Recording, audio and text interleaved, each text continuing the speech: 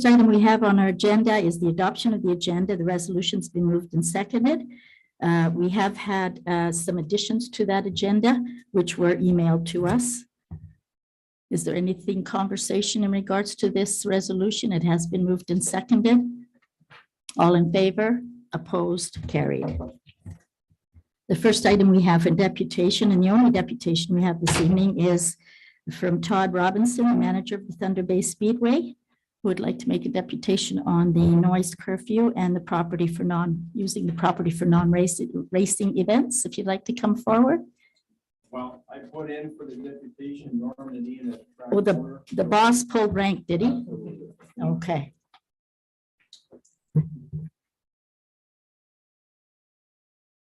Microphone so that Fact was zoned, it was stated that our curfew was 10 o'clock. And I did a little bit of searching into why that number ever came, or that time ever came into effect.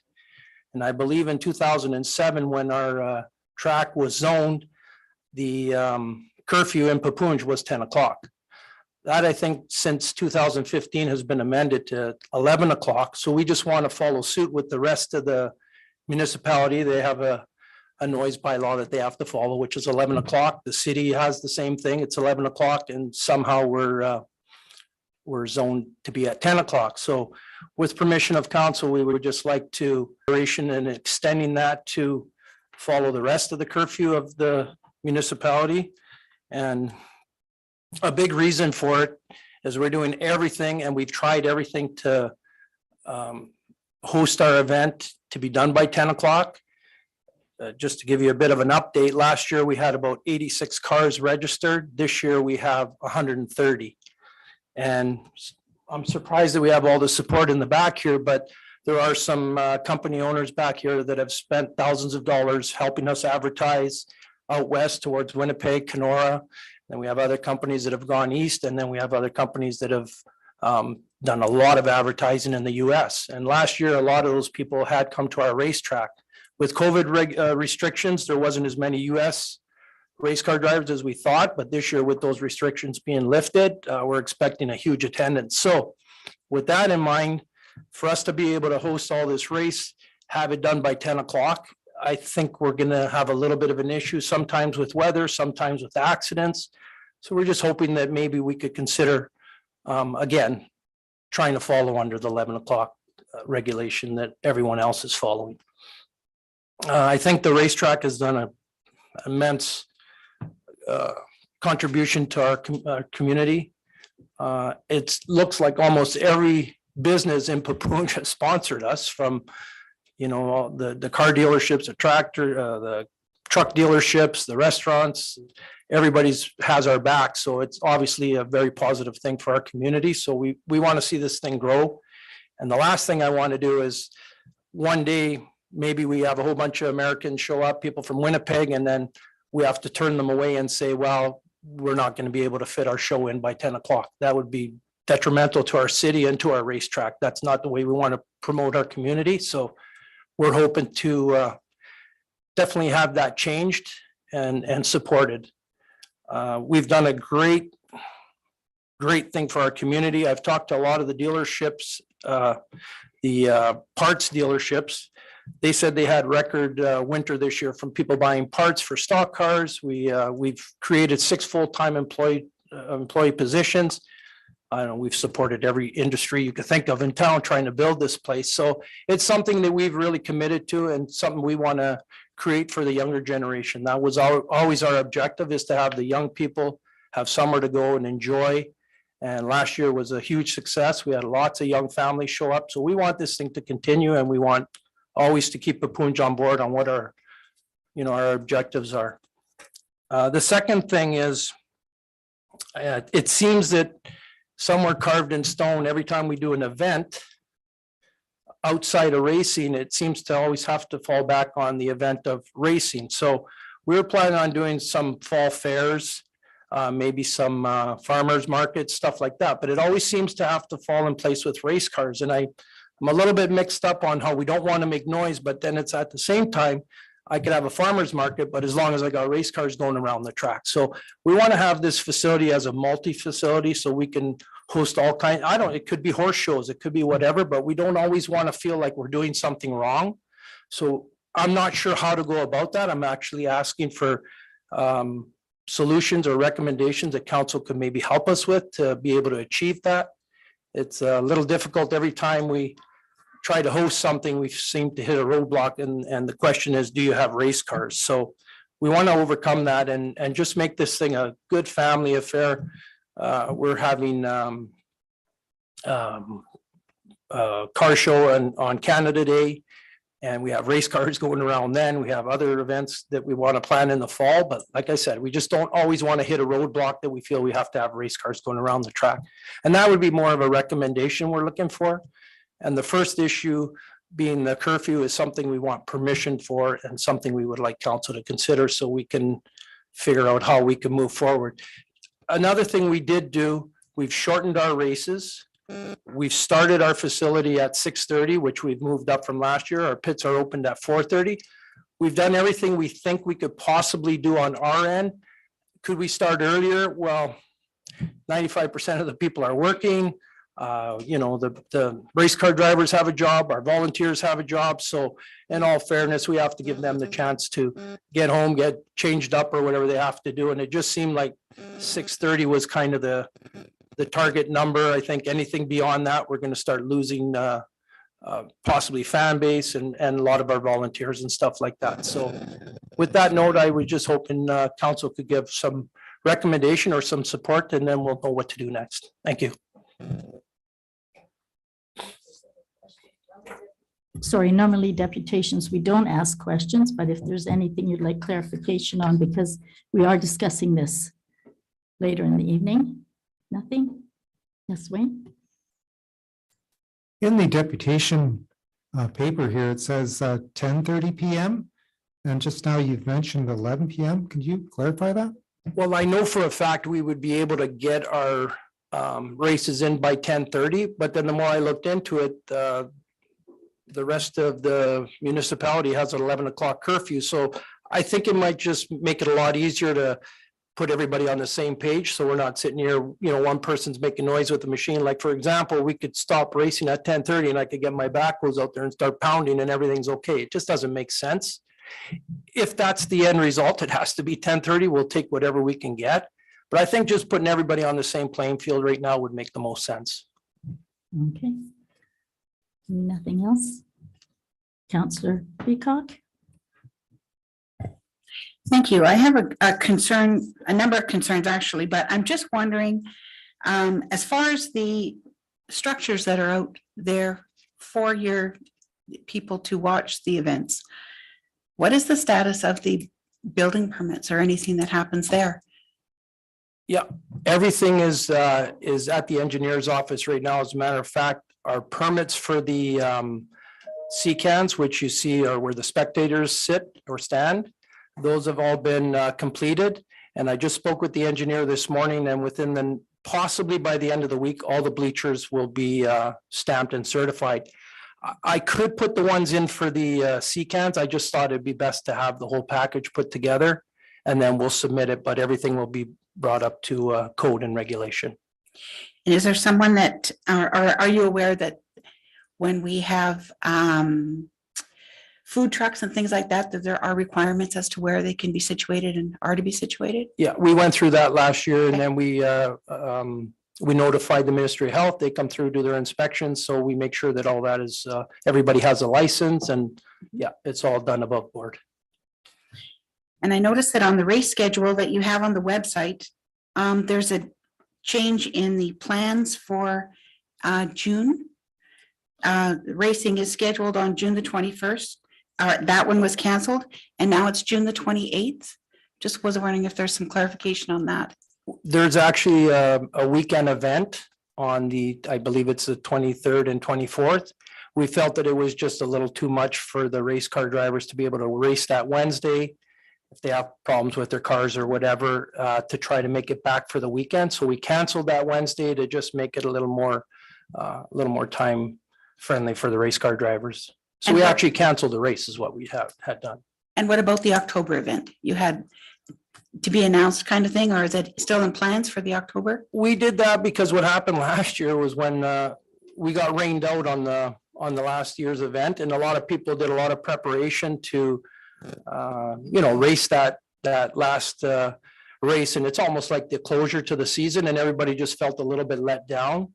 So if this should happen again, we just wanted to possibly just have something, just more of a closure thing. It's more of a fun thing. Perhaps, sorry, this question could be for Larry. I'm just wondering about the decibel reader. Were we able to get it working? The reader's been out there. I haven't used it. Somebody in the director of operations has used it in different locations within the municipality, and he might be able to answer that question better than me, so. And I guess we'll find out how the noise will affect the area, does affect the area residents when we have a special meeting on the 31st of May. Because our Well, special meeting is 5 o'clock. Yeah, well, the other thing too is we had a certified engineering company do all the decibel readings before we were to obtain our zoning for racing. And it all met the criteria. And then on top of that, we monitored it last year with our own unit and with a certified person doing it. And it all fell within the sound thing. Now, if you think you're not going to hear a race car, it's like a train. It's almost like the further away you are from it, the more the sound carries. So if anybody's ever looking to be anywhere within the vicinity of this racetrack and not hear it, it's not going to happen. But is it above the decibel that's allowed? No, it's not. So we'll stand behind that. I had a certified engineer do that from Toronto, so I'm not even concerned about that. And we are monitoring it, and I do believe we had a discussion with Wayne last year. We were actually going to have himself and then one of our people do it, so we have, legitimately a person on both sides and not just picking some numbers out of our hat. So Just wanted to clarify the thing about the decibels. That's comes from the noise reports that Mr. Nadine is talking about. And the engineer used an MECP standard that has, I think it's 70 decibels, 7 to 9 times in an hour. And that's what their standard is. But in our noise bylaw, there's no mention of anything with regard to decibels at all. Okay. Yes, Larry? Last year, I spoke to the track manager, Rick Simpson, and I have a 2021 WISSOTA modified rule book. In that, in those rules, it states that every car on the track shall have a muffler on it. And I was advised that every car that goes on the track is inspected by a qualified mechanic prior to racing to ensure that those mufflers or muffler is on the car. And if not, it won't race. Okay, perfect. Thank you. Councillor Biss? Yes, when the original agreement was put together, I was sitting on the other side of the fence. I was sitting on the council's behalf. Having said that, there was 4 parties that sat at that meeting and we came to an agreement that did noise, and did hours, the dates, and when you could not race. Now that we change, if we're going to change all this to multi-use, where does that fall into? Because we have a church just next door that's every Sunday. And if we don't have this in place, you could have Sunday mornings all you want. So I think before you do anything, those 4 organizations should be back together and said, hey, are we okay with this? And they need to know exactly what your plan is. Right now, what you're asking, if I put myself back in that other shoe, because someday, because I still go there and they're going to haul me over, say, what do you do there? I said, I don't need that. So I think we need to have those people back together and say, these are the proposed changes we like to make, and these are the days we're going to do things. I think we need to do that to be fair to everybody involved. yeah, I agree. I did state that I'm looking for ideas and how we go about doing this, but it also says that anytime we have an event, it doesn't matter what day we do, we have to notify the churches. It's actually written right in our regulations. So we're already on that page where we do notify everybody. So I'm not too concerned about that. But when I'm talking about extra events now, I understand you don't maybe have to, agree with me on what we're gonna do, but I can assure you that anything we're doing beyond racing is gonna be a lot quieter than racing. If we're gonna have any issues, it could be potentially just the amount of people that come to it. I think that could be a factor, but we're not looking to, have jet fighters flying around or drag cars. I'm thinking more along the lines of maybe a fall fair for the kids, a farmer's market, car shows, tractor shows, something on a much lower scale. But it's just odd how it just seems that somewhere in our guidelines, it stipulates we always have to have racing involved. And I'm just thinking if we're trying to keep things a little more on the quiet side, it doesn't make sense. Now, bear in mind, that out of a 365-day year, we race 11 to 12 nights. Mhm. That's it. 12 nights out of a year. If people can't handle a little bit of music, I call it music, it's car noise, but if we can't handle that for 12 days out of a whole year, that's pretty sad. Because you know what? I'm sure I can get more support than, and I'll bet you we'll all agree on this. I'm not sure when I've seen something to this magnitude in Thunder Bay. I haven't seen anything in a long time, and not that I'm an old man, but I'm not a young boy either. So, I mean, I think this is the best thing that's happened in the city for a long time. And I've tried different things within the city limits, and it just seems that roadblocks go up all the time. And from a business perspective, it becomes very, very frustrating. We've never, ever anticipated building a racetrack to make money. We want to do something to give back to the community and have the young people. We see where our young kids are going these days. There's all kinds of issues downtown and this and that. Well, we have probably 5 young girls that are under the age of 15 racing. We have probably 20 kids, boys that are under the age of 16 racing. Like that's healthy. That's good stuff. They're bringing their families, their brothers, their sisters. That's what we're here to promote.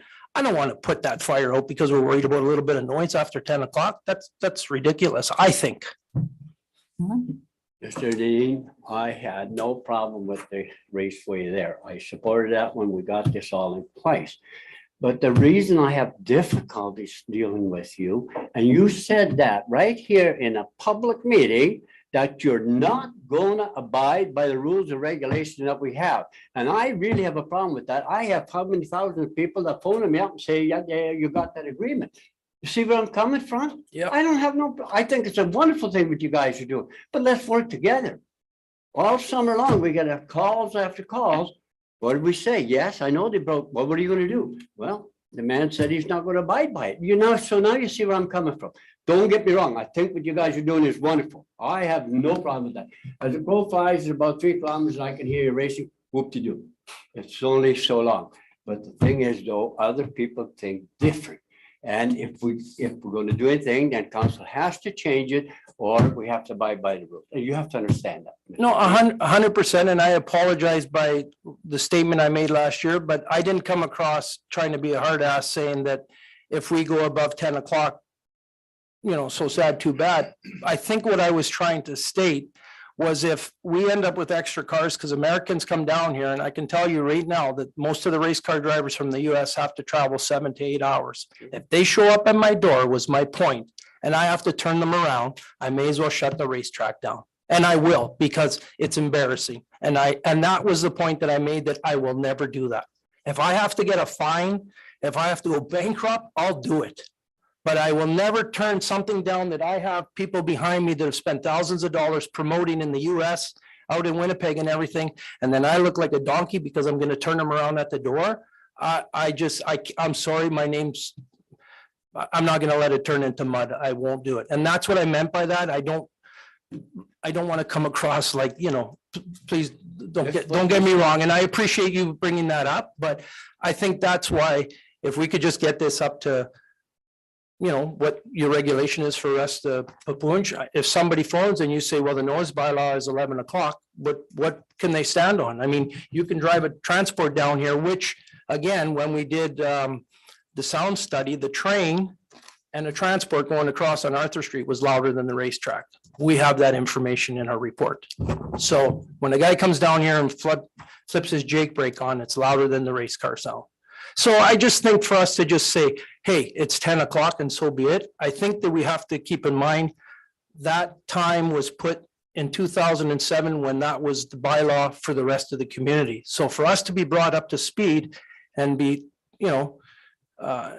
equivalent to what everybody else has to abide by, I don't think it's asking too much. And that's why, as Wayne, you asked me why 10:30. Well, you know what, you got to start somewhere, right? And if 10:30 is the magic number, we'll take it. I'm just a little bit afraid that with the amount of cars we have coming this year, we're going to run into a pickle, and I'd rather be here in front of council right now than after the complaints start. Yeah, I can see where 10:30 start, that period of running, that's their. Yeah, I believe so. Yeah. Started off with. Yeah, thank you. We did everything by 10:30, 11. Well, I know last year we pretty much did everything by 10 o'clock. There was a couple of nights we started late because of the rain, and that was why I asked council last year for permission, was just in case we run into these kind of delays. It's Mother Nature. And again, if we end up with a whole bunch of out of towners, it will definitely push us into 10:30. I would like to say maybe the 10:30 to 11 is the grace period. But if I just come here and ask for 11, then I'm afraid that maybe the answer will be no. So you gotta ask for a little bit at a time. Well, that's right. compared to what you're having there. Yeah. Okay, oh, Counselor Peacock? Sorry, just one more question. Just so you know, I'm not against Thunder Valley Development and all our efforts and what they've done for the charities that you're involved with as far as 50-50 draws, and that's wonderful. And I'm just wondering why now, as well as last year, Country in the Bay, why are they camping there? How did that come about? I wasn't on council last year. I'm not familiar with that, but that isn't a racing event. Yeah, you're right. And I'll be straight with you. No sense bullshitting here. I'll tell you right now, what's happened in the city of Thunder Bay within the city limits is they've basically chased out business. If you want to go to the marina and that's why you don't have Blues Fest anymore. That's why we want to make this a facility, because if you want to do the Blues Fest, they allow you to set up on a Friday night and you have to be tore down by a Sunday. They've gone through all the Blues Fest committees that set up and they said it's impossible. Well, the city said, well, if you can't do it in 3 days, you're not welcome here. They shut it down. They've redone the park at Fort William Historical Park. They basically took all the camping out. They had a request for all kinds of people to come in from out of town, and they were looking for places to camp. There's no facility anywhere around. They asked us. Maybe I did the wrong thing, and I said it wasn't a problem. I didn't think camping was going to be an issue. It wasn't the noise of race cars, but then it did become an issue. So how do you put that fire out? Well, you throw race cars on the track, and that's kind of the second part of what we're asking for. It doesn't make sense. But as long as we do it, we follow the bylaw. I know. You're right.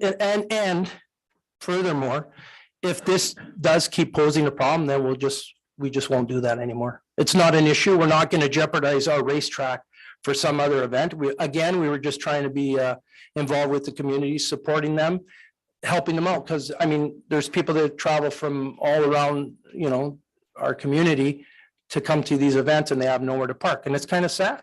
It's really sad how things are falling apart. And I just want to try to get something back in this town. And I don't want to hit a roadblock all the time because it's very frustrating because it just seems like that's why a lot of people throw in the towel now. And so a lot of times, maybe I do things I shouldn't and I'll deal with the consequences, but sometimes things get done. But I don't want to do that anymore. That's why I'm here in front of council. If we could get everybody's support, it's the right way of doing it. Wayne? I did speak with you about this point previously, Mr. Nadine, and you explained that anyone that had the Country at the Bay ticket was also able to go to the racing that weekend free of charge. It's kind of like a joint deal. Well, it is. We have racing that weekend, but it's more advertised under the Country of the Bay. But again, that's what I'm saying is we want to be able to have events and not always have racing affiliated with it. This particular one, we are going to have race cars going around. It's a test and tune. We're going to let the rookies do their thing, and the people that are parked at Country at the Bay are more than welcome and get free attendance to get into the races. But do we have to do this every time is the second part of what my deputation was about. Okay. And if we do, we will, but I just, what about when I want to do a farmer's market? What if I want to do a tractor show? What if I want to do if that's the case, then I may as well just not do it. It's not going to be worth the hassle. And I just I'm not asking anything other than some direction from council. How do we go about doing it? If you say, well, it ain't gonna happen, then I just, when people phone and ask us to be able to do those things, I'll say, I'm sorry, we're not zoned for it. It's not gonna happen. I just don't want that to happen. I want this thing to move forward. Councillor Campoff? Yeah, it's quite a few years ago when the original bylaw was written, so I wasn't here. And I guess you were part of the organization either, so, yeah, my read on it is they were only looking for racing. And that's the way it was written up, so, I mean, I think we certainly could look at expanding that. I don't know why we wouldn't. And it's a lot better to look at expanding it and that everybody's on the same page and we're not breaking rules and trying to, get around things and making you do things that you don't want to do. So, no, I think that's something that certainly we can look at that opening up. Yeah, I appreciate that. Like if the rest of the curfew is 10 and I'm here asking for 11, well, we're going backwards, but I'm only asking to follow suit with the rest of the municipality, and I don't think that's asking too much. Okay, one more. One more question is, have you met with the fire chief at all? Because you see, when you get that number of campers and all that in, do you have a plan? Because if they got called in for a fire, which could happen because they all have propane and barbecues and whatever, what have they got for them so that they know when he comes off the highway, what to expect when he goes in there? Because if they're all jammed in there, how is he going to get in there? And where does the liability for come in then? Because we have the fire chief at times saying on different cases, not just yours, that there's issues that they don't inform him of the safety of how they can do or the fire them themselves. So have you discussed anything with them or a fire plan at all? How are you going to have people there? Yeah, well, number one, most important to anything to this racetrack and the people that attend this racetrack is safety.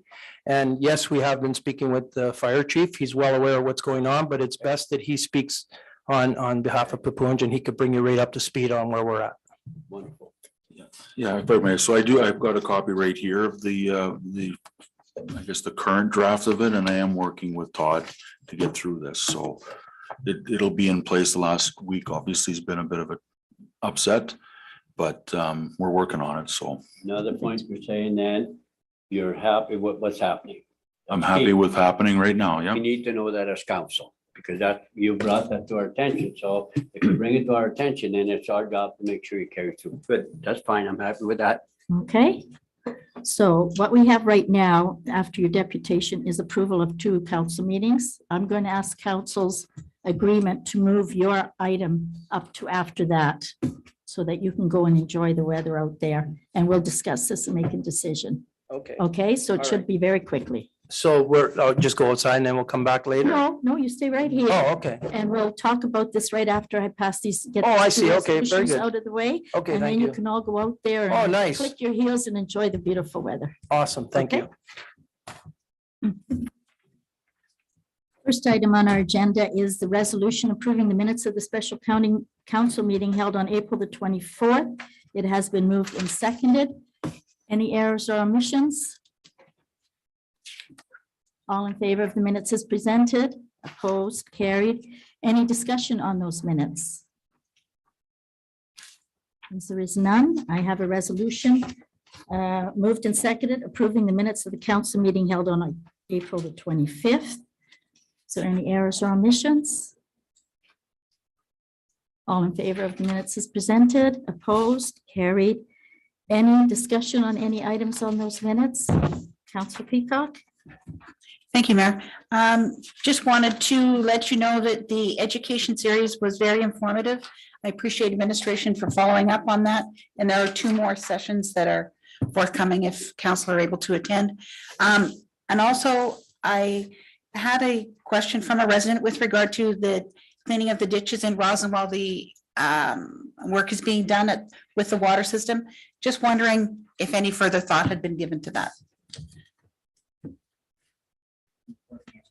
Okay, they'll be reported at the next council meeting. Any other items? So I now ask council to agree with me to move item Q, 6Q up before 6A so that these people who are hot like me would like to go outside in the fresh air. Okay? Yeah, okay. I have it, just one moment. I have a resolution before me now. I have changed this. Is that okay? Okay, I just did it. This is the resolution we are asking for your vote on. That notwithstanding section 1A, B, C, D, and E of the racing bylaw 47-2022, changing the end time for motor vehicle racing on Wednesday, Thursday, Friday, and Saturday evenings from 10 PM to 11 PM be approved. I need a mover and a seconder before we discuss this.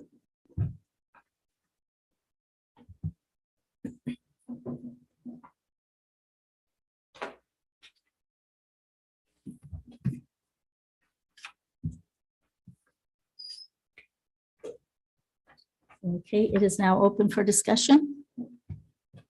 Councillor Viss. Well, that's somewhat confusing. You changed that to 11, yet the request is 10:30. Mr. Dean was happy with 10:30. Why would we say 11? If continues on the way it has all the past year, we'll now be until 11:30 at night. And that's what's going to happen. And so just a comment, if the request is 10:30, somebody changed it to 11. Yes, I did. Any further discussion? Councillor Campoff? So my concern is, and we did get. My concern is we did have some regular people contacting us on Thursday morning last year, and we did get every once in a while some new people contacting us on Thursday morning with complaints about noise.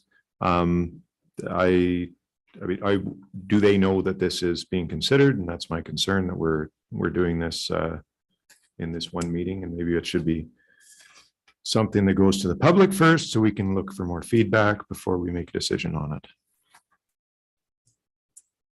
This was just publicized through our agenda. That's correct. There's this resolution wasn't in the package. Yeah, like I'm not opposed to it, but we're not just sitting here, alone in our own little world. We have to exist within the municipality, and we're the people that have to answer to the public for what happens around this table. So yeah, I'm not comfortable with passing it tonight. Okay, I would do question Mr. Nadine. I changed to 11. Would you like it left at 10:30? Because you had indicated you would like 10:30 with the grace period to 11. Are you saying that if we go with 10:30, you could vote on it? Is that? Well, I'm the one who changed it. So if you didn't want me to change it, I will change it back to 10:30. It has been moved and seconded. I don't think that that's going to make a difference with Councillor Campoff. He wants it to go also to give the public a chance to address it. I think the people that are going to phone and complain, it doesn't matter if we finish at 9. You're right. So I think if you don't like racing, it's like if you don't like a motocross bike, it could be 2:00 in the afternoon. It's just a sound you don't like.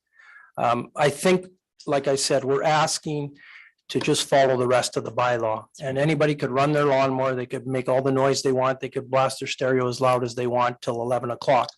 I think for 11 nights of a 365-day year, we're not asking for too much, but I do agree with what you're saying. I understand you're the one that has to answer to it.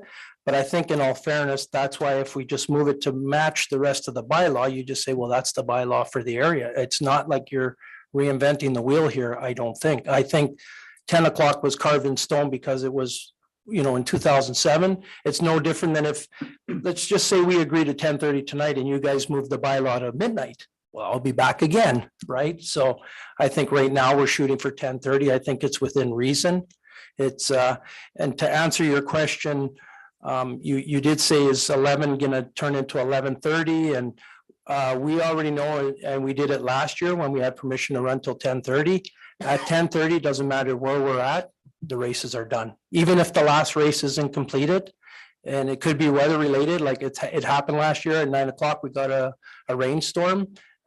Could we have finished the races by midnight? Absolutely, but that's not what we agreed to. At 10:30, we shut it down.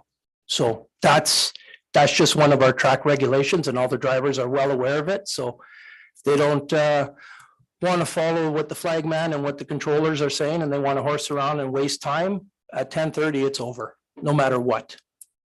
Councillor Bess? Well, again, if come back to the agreement that was signed, we got 12 to noon, but also we have on Sunday, should get rained out Saturday, we're allowing you to go on Sunday in the afternoon, only till 9 PM. So do we change all that now? Like now you need to look No, at that whole No, agreement. no, we're fine with that. We're not asking to So change. you'll We're leave just asking to change our Sunday Wednesdays. Is 9 o'clock is satisfactory. That's fine because then at the Sunday races, we're able to start earlier in the afternoon. Need to- Most people are off on Sundays, most. But on a Wednesday where most people are working, if we could get everybody out and start at 4 o'clock, well, we would be done by 9, but that's just not possible with everybody in the racing community that have jobs. So So in other words, this resolution applies to Wednesday evenings. that's correct. Okay. And we could put that in there. Yep, sure. Did I mention that? It's Wednesday, Thursday, Thursday, Friday, Friday. and Saturday. And Saturday? Well, the Thursday being, if The rain day. Wednesday gets rained out, then we need the Thursday, but never will we race a Wednesday and a Thursday and a like consecutively like that. And then the Friday, Saturday, Sunday is usually because we have a weekend event. Right. That's what that pertains to. Just one more comment, and I think I agree with Councillor Camp Hub. 2 weeks, I think you get the feeling around here, people don't have a problem with it, but to give everybody an opportunity, 2 weeks isn't going to really hurt the decision, is it? At the end of this month, we have a meeting, and if we don't have legitimate complaints, we're not going to take frivolous complaint because they don't like racing. That doesn't work. We can pass it to the next meeting. I think that's a good idea to do that, but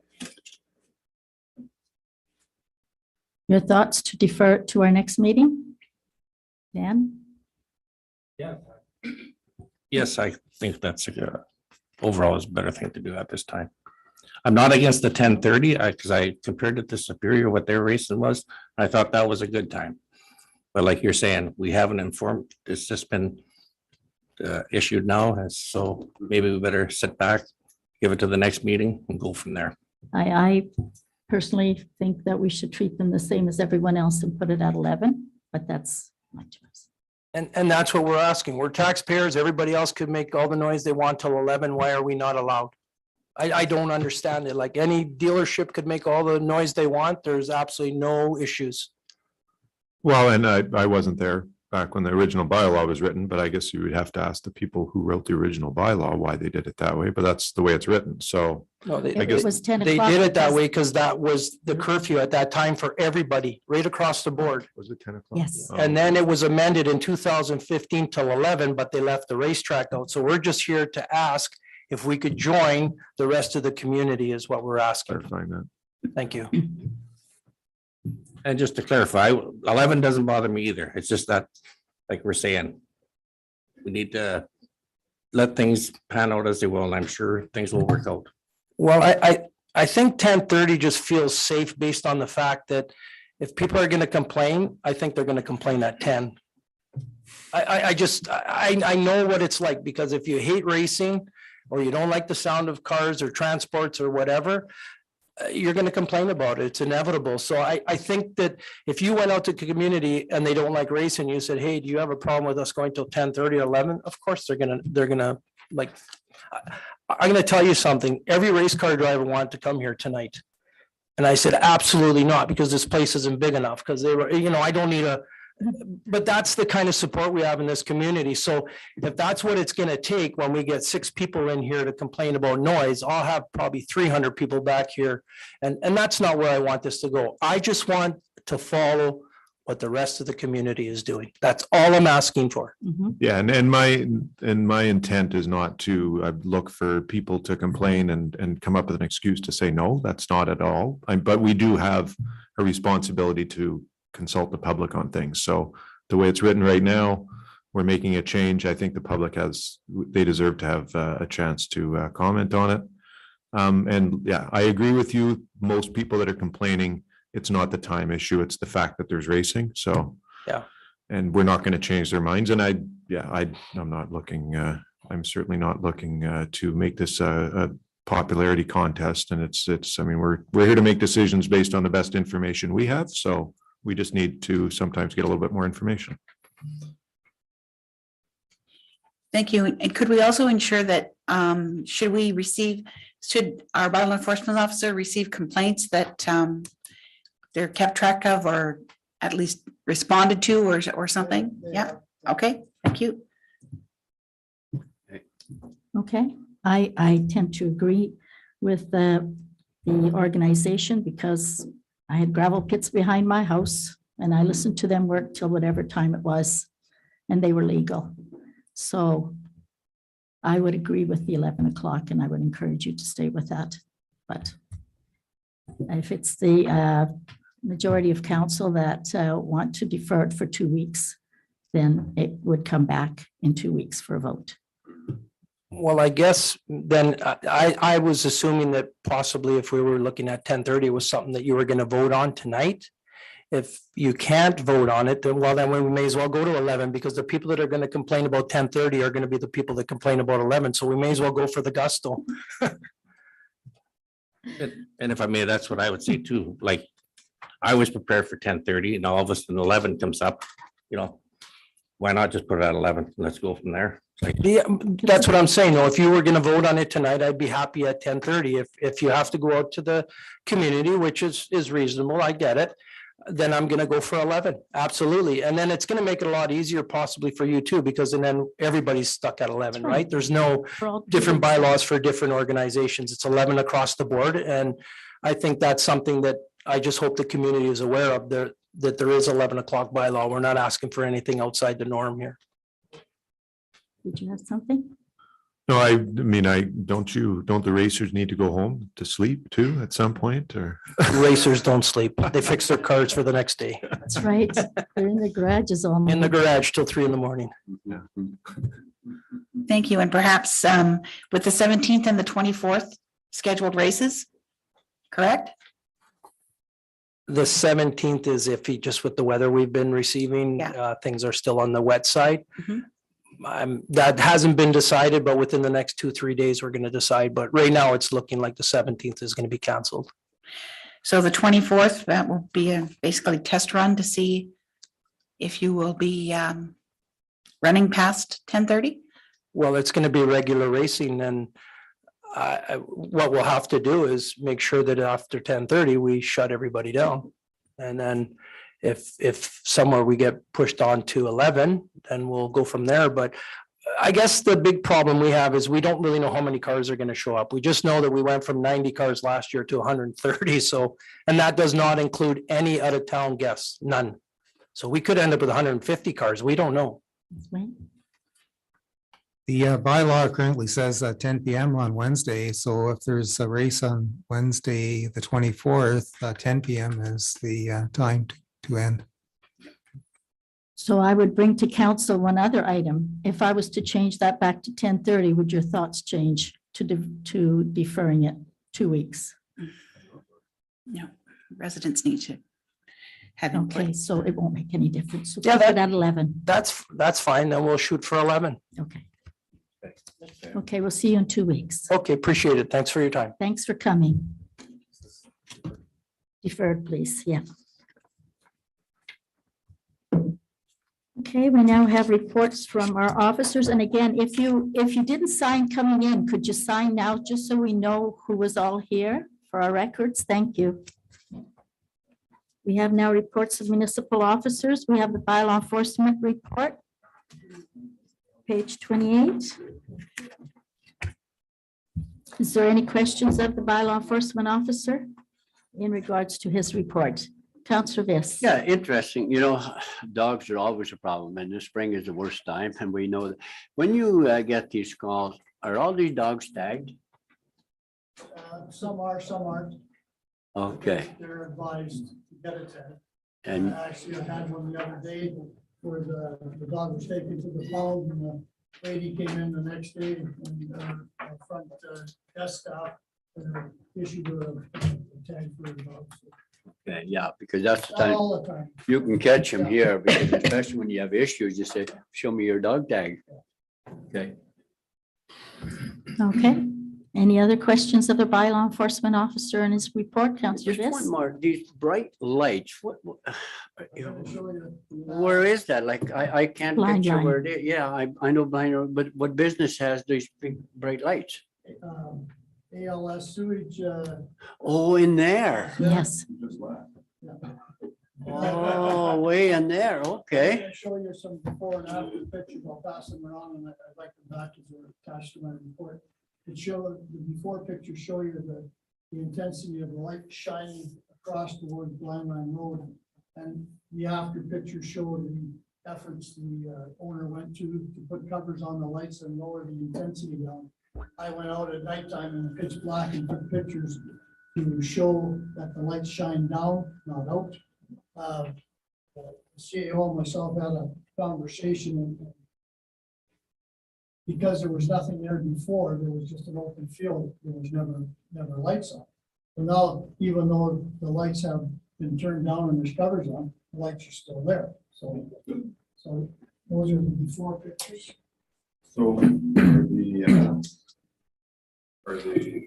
is the complainant okay with the changes or?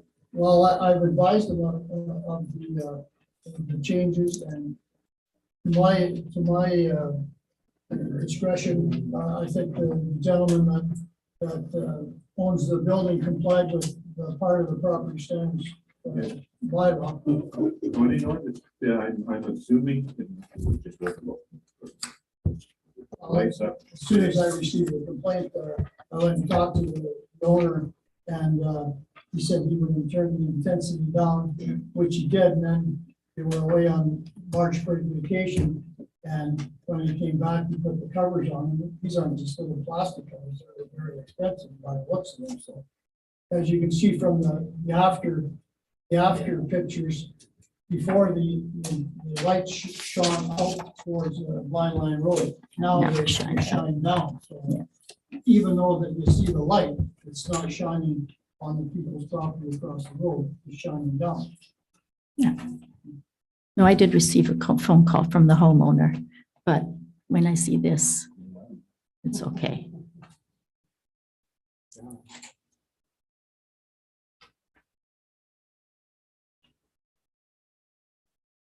Yes.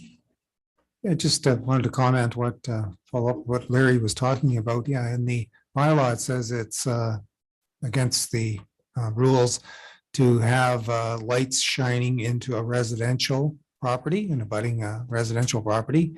And when you see the before photos, you can see that that's what's happening. The lights were too intense. They were going across the street into someone's home. Once the covers were put up, it prevents direct light from going across the street. And you can tell by the glare on the snow that it's not crossing over. Of course, there is light now when you're on the other side of Blind Line looking over there because there's a business there now, but the bylaw is not being broken at this point. They've repaired the problem. And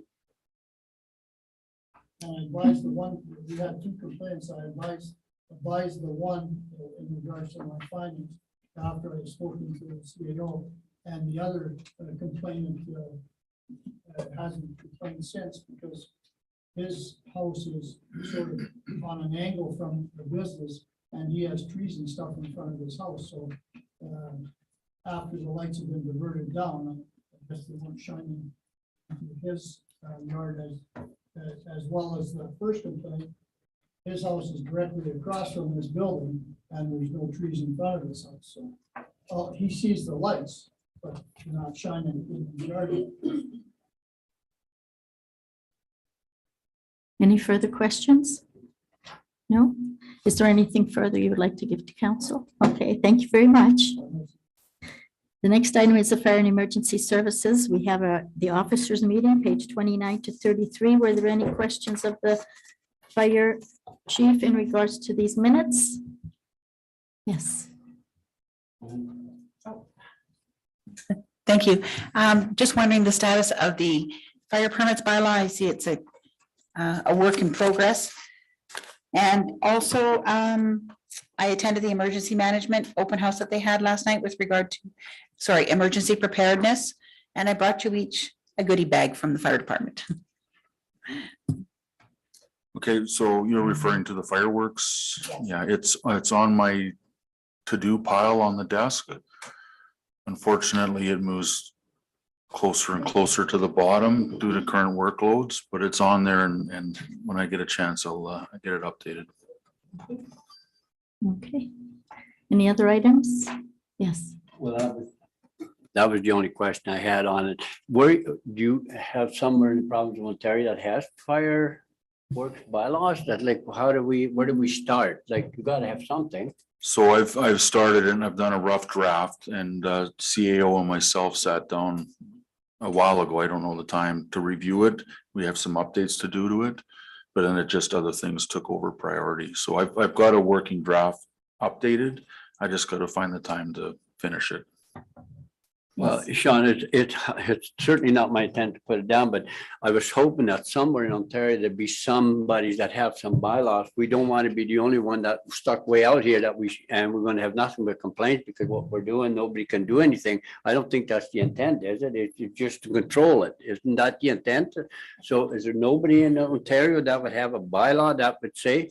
I'm sure there So is. yeah, I do. And I've reviewed a bunch of them, to put them Okay. together, and that's where the first draft. And we have a current bylaw.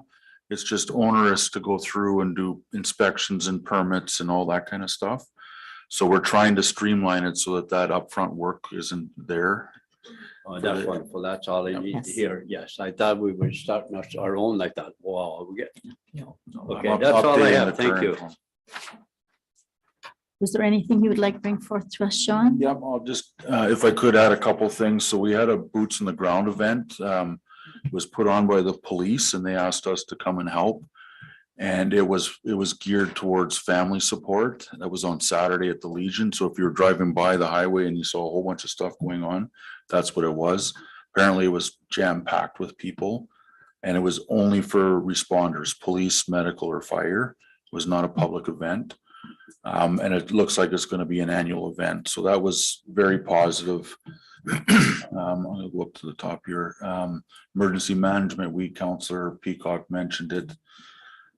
We had a significant fire on the last week and a difficult fire for the department because it was a member's house. I called in provincial investigators to go through and find the cause and area of origin.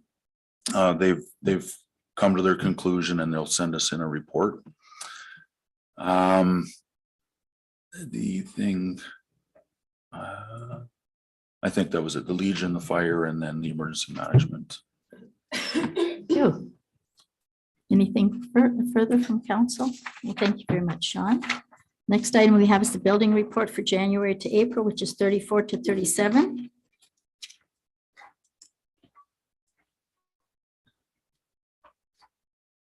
Is there anything that you would like to have a question on or no? Okay. Next item we have is the monthly planning report on page 38.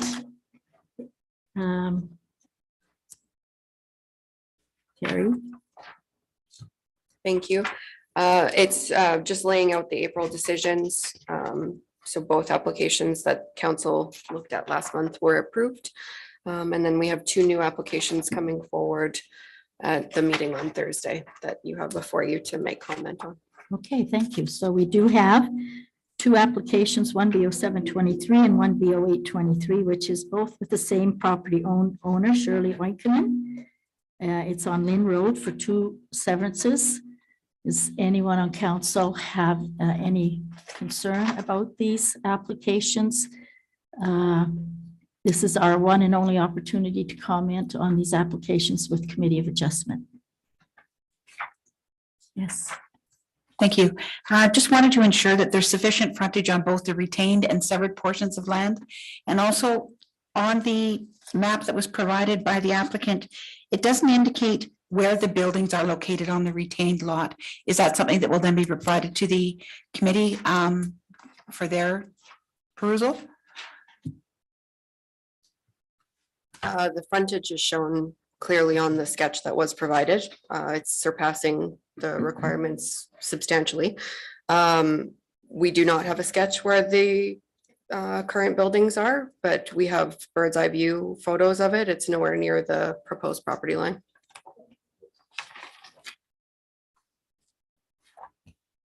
Anything else? So we do have two resolutions that have been moved and seconded, and the comments on both would be no concerns. or Councillor Campoff? Here on item 22, the application, is there any other information you think may be useful to municipality? There you go. Great building sites. What more do you want? So again, our comments are no concerns? Right. No concerns, okay. So I will ask for a vote on each. The first one is application 1B 0723. It's been moved and seconded that our comments are no concerns. All in favor? Opposed? Carried. And then we have application 1B 0823 on behalf of Shirley Oikinen. Again, no concerns is our comment. It's been moved and seconded. All in favor? Opposed? Carried. We now have a report 2023-71 on page 55 to 56. It's in resolution that has been moved and seconded. Recommending the request for 2 additional severances be denied. The resolution's been moved and seconded. Any discussion?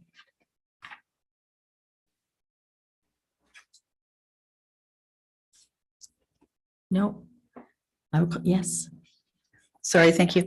It's unfortunate that this has happened, but I do agree that it could definitely set a precedence should these severances be allowed.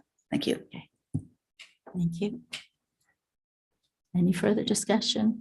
I will call a vote. All in favor? Opposed? Carried.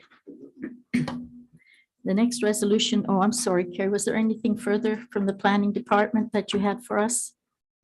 No? Okay, thank you.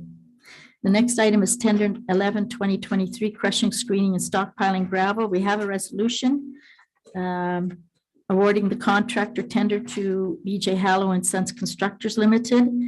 It's been moved and seconded. Any discussion? I guess over the years, every one of these contractors has had the contract, right? Somewhere. So That's right. it's good. It's good we spread it around, I guess. That's Or right. They're spreading it around by putting their bids in. Yeah. Yes, Councillor. Yeah, I Lees. guess I could look it up. Chris, is this over budget that we had in approved budget, 236?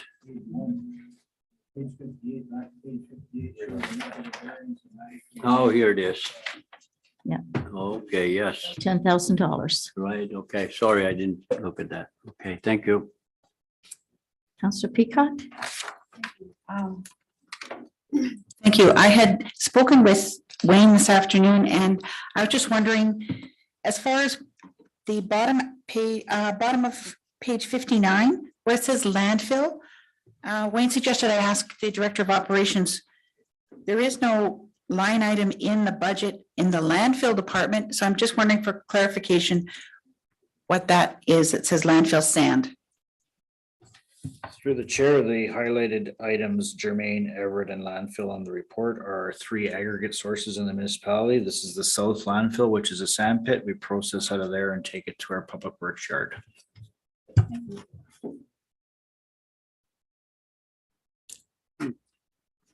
Any further discussion?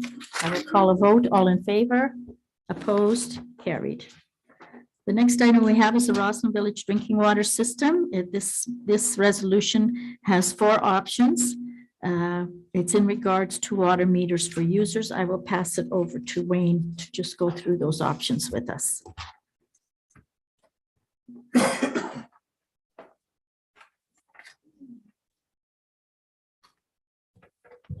All right, as we know, in the budget, we have a provision of $20,000 to do water meters with the Roslyn Village system. The time to do them, in the opinion of administration, would be while the construction project, the pipe job that is about to start, is underway. There's some questions, though, things to be determined by council. If we're going to be doing a water meter RFP. And the one issue is who's going to be, are we going to ask the vendor to supply and deliver? Or do we want the vendor to supply, deliver, and install? Or do we want to have the vendor just putting in the, I should say, delivering and supplying, and then the homeowner will install them? So there's those kinds of issues. And then the other issue is the financial one. Are the users going to pay for the meters and the installation? Or will the municipality pay for the meters and the installation? Right now in the budget, the $20,000 provision has the users paying for this. Of course, it won't be paying the cash up front. It would be a debt to the municipality that have to be paid off over time. But the key thing then is, do we want the vendors, I'll just repeat myself, the vendor supplying, delivering, and that's it, and then the homeowner will install? Or do we want the vendor delivering, supplying, and installing? And then for those processes, is the user going to be paying for the project, or will it be the municipality? It's now open for discussion. Councillor Campoff. So this brings up lots of questions for me. So is there a detriment to having users responsible to having them installed? Do we have any idea if we're limiting ourselves on options by requesting the vendors be able to install them? Like, Can you answer that, Chris? Yeah, through the chair, the intent of the $20,000 was to purchase the meters. There was always a question of whether we were going to be involved in installing them or if the people were going to be installing them. With the advent of the construction period coming up and being on temporary water for a period of 7 weeks, it's the easiest time to install them while we're down. The administration is looking for direction in regards to, are we going to people's houses, or are vendors going to people's houses, or the homeowner is going to be told by a certain date to have their meter installed? The intent is to be remote read meters so that we can do drive-by billing. The other intent is to have them online and running for the remainder of the 2023 year so that we can see where we're going with costs and usage through all users. So to your question, I prefer not to go into houses.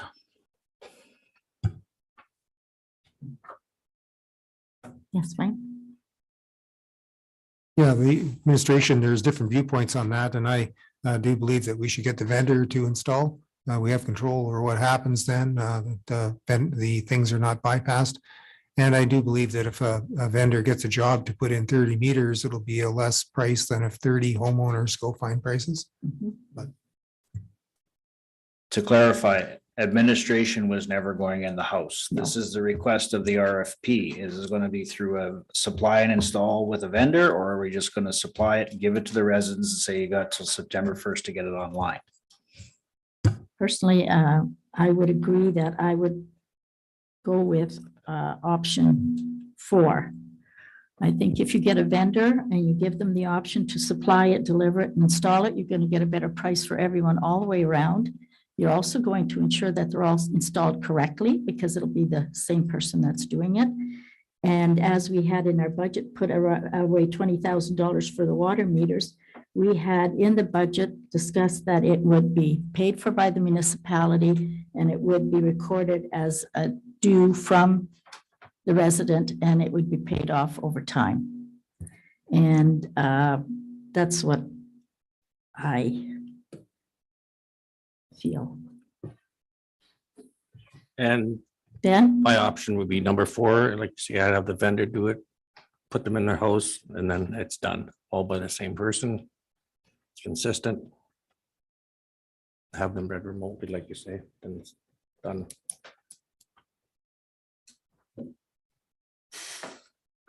This is one difficult decision to make, but then I think back and say, if I was one of those 31 people, how many times did we not supply potable water? Did we not agree at one time somewhere along the line that we would provide potable water to these people? And if we did, then I guess we don't have much choice. And that's, at the end of the day, I came to that conclusion. I said, we promised them, we didn't deliver. Well, at least something we can do for them. So that's where I'm at. Yes, options number 1 and 2 are the same as what we're doing right now with regard to the financial piece. If the users are not paying upfront, but they're paying over time. So I think the council then is more supportive of option number 2. But if it makes it more understandable, we could say option number 2, that it's recovered over time. not an immediate thing. Or number four, the same thing, you could write that in there just to clarify that the idea is that it's carried by the users, but it would be a cost recovered over time.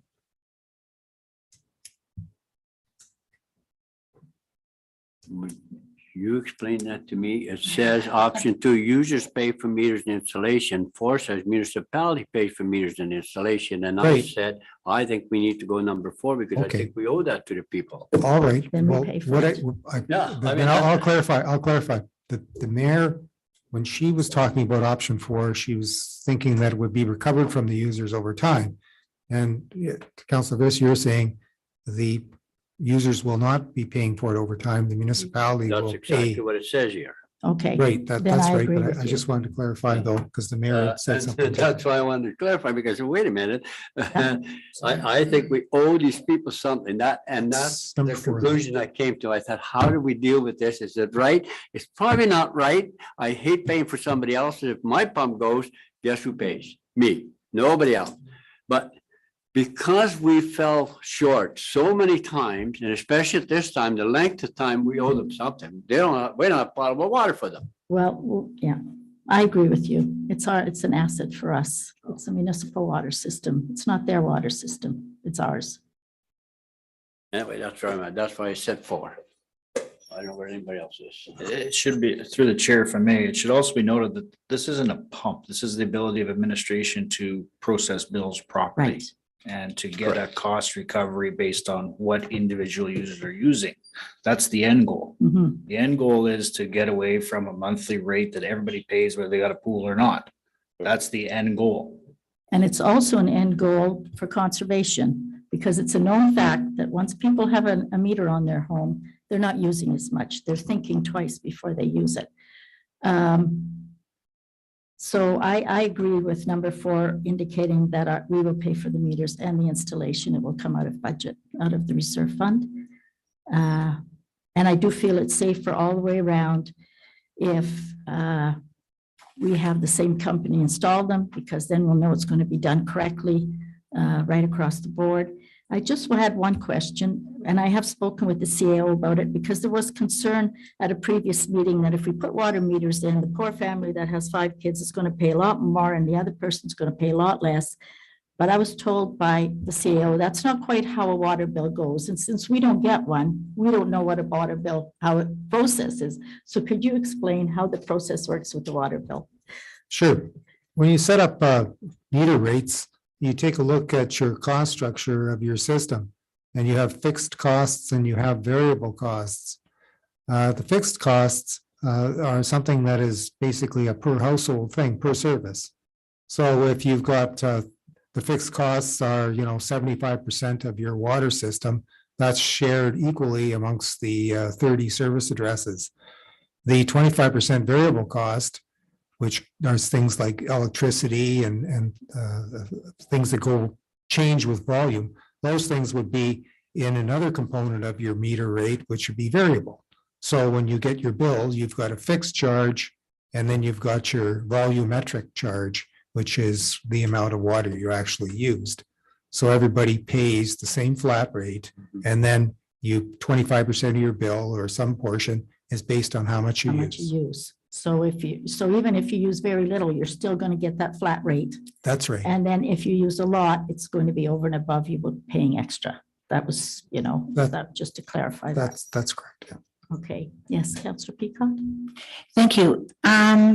With regard to the municipality paying for the meters, do we have any idea the status of the reserve account for the water? The Roslyn water system? Yes, Wayne? There is no reserve account. It's been cleaned out for the water system. It was mentioned that the money would come from reserves, so Yes. other reserves, Yes. not the water reserves, okay? Suggestion that perhaps we order more meters than what we need, just in case there are people who end up going on the system and they no longer make the type of meter that we would currently be installing. And one other question, how will the residents be advised of the meters being installed at their homes? So through the chair, it's the intent to purchase 41 meters. That is what the loop today goes by 41 users. That's the intent of the tender. We're not going to install 41, we're going to install 31. Secondary to that, there's notices going out next week in regards to construction activities, and we're still 3 weeks away before we break ground. During that time, this RFQ goes out, gets awarded. We look at availability of acquiring 41 of these things. If it can't happen during the construction, it's going to change how we attack the project. The vendors are going to have to be aware of that. It's a lot easier to do it when you just shut off the thing, and but when you actually got to go into people's houses and schedule time and stuff like that, it's going to be a challenge. So the RFQ, the direction that we were looking for is spelled out in this report. We go forward from there with an RFQ. Timing of notices of people going into people's houses or vendors going into people's houses will be a discussion point based on availability of the meters. Any further questions? So we do have a resolution that's moved and seconded. Can I ask who the mover and seconder is, please? Dan Calvert. Dan Calvert, Bernie Campoff. So I'm going to ask the two of you, or if you will agree to checking off option 4. Yes. So we have a resolution moved and seconded with option 4. Any more discussion? All in favor? Opposed? Carried. And now we have our next report with the Roslyn Village Drinking Water System proposed filling stations. This does not have a resolution. It is open for discussion. What is your thoughts, Councillor Biss? Well, first of all, it'd be a question, I guess, and I think I heard that. The amount of water that's used now to the well system, am I correct to understand it's only 3% of what's available? So if there's only 3% available, we got all this water, and there is people trucking into the city and buying water. And if we got so much water here, if we put a filling station, that will contribute to the overhead cost. So I'd be all in favor of this. While we're doing it construction anyway, I would say, if at all workable, I would say definitely yes. Okay, any further? Dan? And I'm assuming with the filling station, they get a card or something to this to be billed for it. Is that how we work with Chris, like the city? Through the chair, administration was looking for direction of how big a scope this is going to be. If it's simply a water filling station for bottles on the side of the building, that's easy. If you're looking at a commercial with a card system to compete with the City of Thunder Bay pump system, that's a totally different animal. It is. So we're looking for direction to go forward to incorporate either structure into the construction activities. Councillor Campoff? So I have had some familiarity with the system in the city, the commercial one. And the reality is we don't have the pump capacity to do, because that one's a 3-inch line. So I mean, I can't see that being feasible. You correct me if I'm wrong, but that's a lot of water at once. But I think there's 2 pumping stations in the city that people use to fill, totes in the back of their pickups and stuff. And I think that's, in my mind, that's a little more feasible option, because you're looking at like a 1-inch line or something that's a lot lower flow. But yeah. Through the chair, that's kind of what we were talking about. We have limited capacity with the system to run a commercial venue. So there was chatter in the public in regards to going that route. If in the event that Whitewater comes online, we will control that meter. And if we want to get in the commercial system, we have that availability later on for commercial traffic, up to a maximum set liters per day set by the city. And I would caution us about talking about that right now. Second to that, if it's simply a fill a water bottle station and the direction was, is it going to be a coin operated? Is it going to be a push button for a set amount of time? Fill a jug? What are we looking at is my question. But if you do that kind of system, nobody's paying for their water. They're just walking up and filling their jug and walking away. That's right. Oh, they need to pay. So the ones in the city, the ones that on 61 and at Valley Street that are not the commercial ones, is there a pay system on those? There is now. Okay, because there never was for years. It was just a hose and you could connect up. So I know in my mind, the idea would be, I mean, we have issues funding this system, and the people on the system have issues with it. And this is one way for the municipality to say, look, at least the rest of the municipality is getting benefit from the system if we're offering the water to the public. But yeah, I guess I'm assuming the big cost would be some type of a coin or card operated something valve. I mean, that's obviously going to be a bigger cost than just having a hose coming out the side of the building with a valve on it. That's not going to cost very much at all. So yeah, to me, it would, I guess it kind of depends on what stuff is going to be valued at. Yes. Thank you. Just wondering, can this system be hooked up with a curb stop with the existing infrastructure that is being replaced? Or would the rest of the water system have to be extended? It'll go past where they're at? Through the chair, we're trying to incorporate whatever council's wishes are for this product inside of the existing system. And I'd like to thank the resident for bringing this to our attention. I think it's something that should be at least considered. Okay, and then I would, first of all, I'm not in favor of giving it away, not when other people are paying for it. So I would like to see some kind of system by where they pay. I don't know anything more than that. That's up to administration. Number two is you'd want to put it somewhere where it is not uncomfortable for the residents. What I mean is you don't want to have it in a place where a lot of people are standing where a resident says they're right by my back door or something like that. So that's the only two things that I can think of, but I certainly wouldn't want it to be a free system.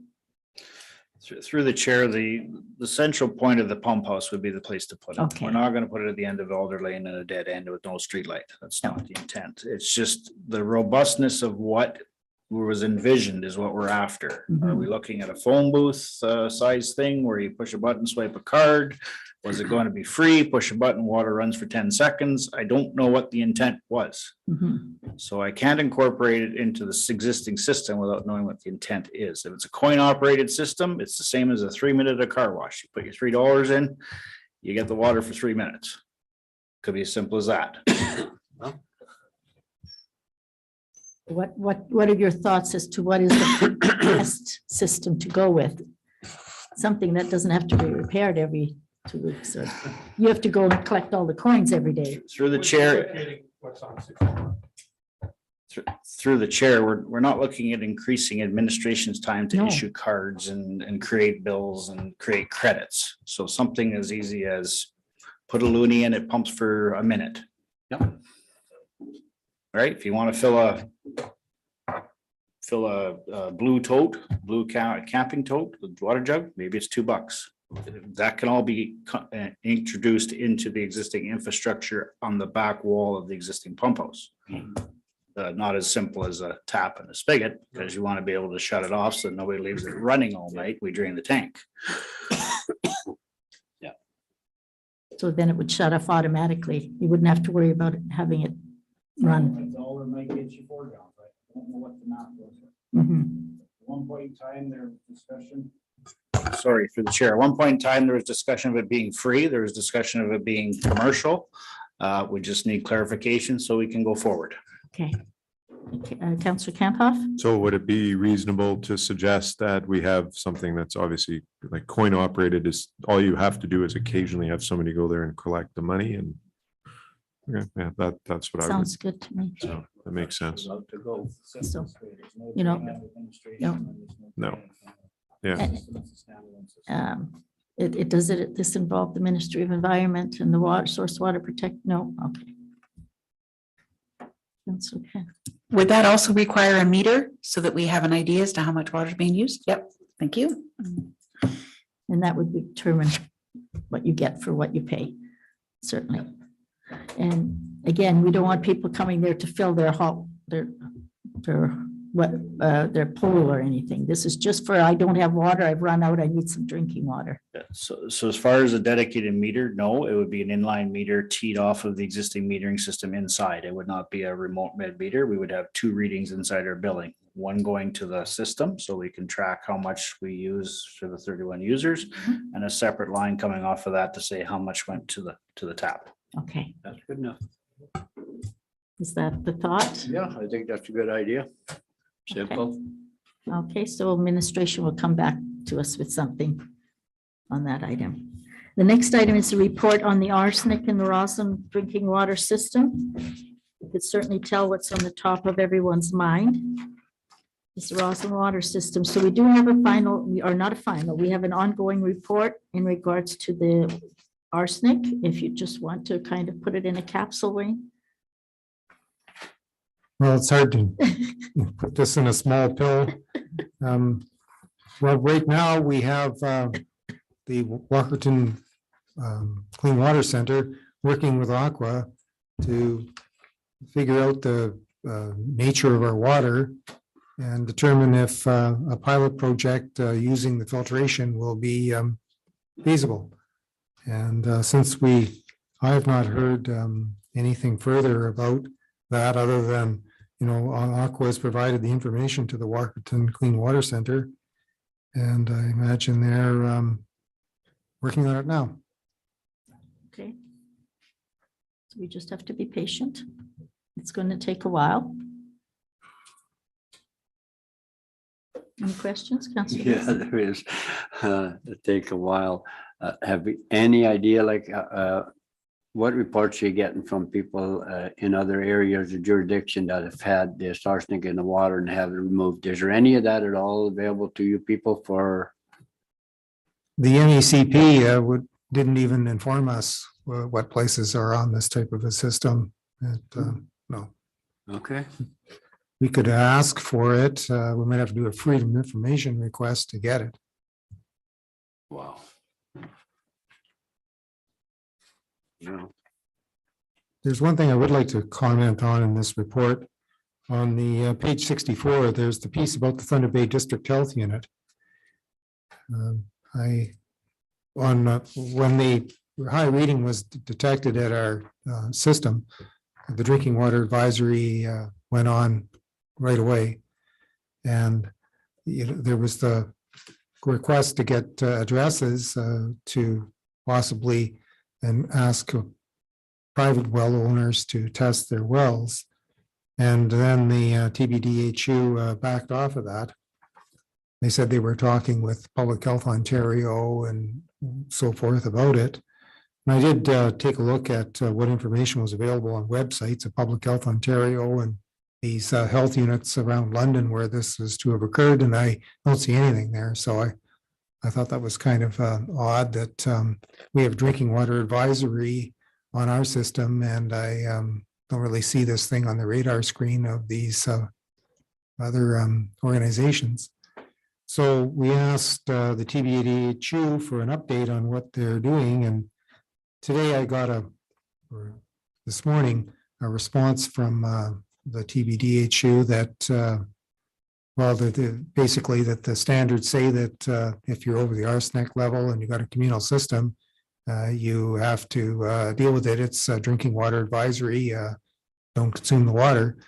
But with private, it's a different matter, and that's okay, and that's how it sort of works now. The standard things they say to well owners to test their wells every whatever it is, infrequently or frequently, for E. coli or whatever, they not change those parameters. And I think that's kind of double speak. And I do think we need to follow up with the TBDHU in this regard.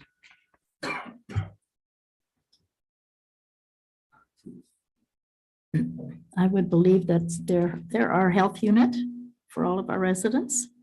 And if they felt this was serious enough to shut down this water system for drinking water, it should be serious enough to at least send some correspondence to all the residents in Roslyn for sure, indicating that this is a concern and suggesting that people test their well water. If I was a homeowner in Roslyn and I didn't get that letter, I think everything's okay. But it's not okay, because if it's in the water there in the ground, it's in the ground in the well, could very well be in their wells as well as in the water system. So when it came to radon, boom, overnight, the whole world here was testing for radon like we were going to all die in our homes, in our sleep. That was the kind of message we got. It panicked people, yes, but they did get the testing done. And it alleviated their concerns in most cases, and people could fix when they did have a problem. They're now just turning their backs on the people. Councillor Peacock? Thank you. I do have a meeting with them, regular scheduled meeting next Wednesday. If there's something that you wanted me to bring to Dr. DeMille or anything like that, I think I'll leave it perhaps- with you. Yeah, I think perhaps it would be better if it was a letter that came directly from this council to the board. And the health In that board. regard, we can bring something forward at the next meeting. What we would think council should be communicating to the TBDHU on this matter. A glass of water, if it has arsenic in it, that is not good for you to consume. I don't see what the difference is, whether it's coming out of a private well or a communal system. It's not good for you. And And if people- it's not really that big of a issue, then why would we get a drinking water advisory?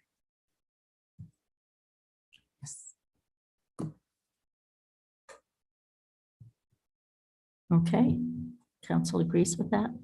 Yes. Okay. Next item, have special events bylaw report number 2023.68. We have a resolution that's moved and seconded to approve this bylaw. And we have a report on page 67 to 69. And we are discussing, as per the chart, we are discussing the special events bylaw section only, not the zoning bylaw amendment, which will be discussed at the end of May.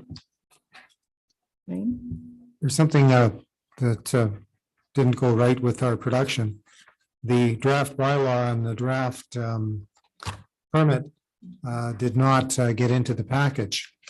So unfortunately, you would have been, when you're reading your package, unable to see those documents. However,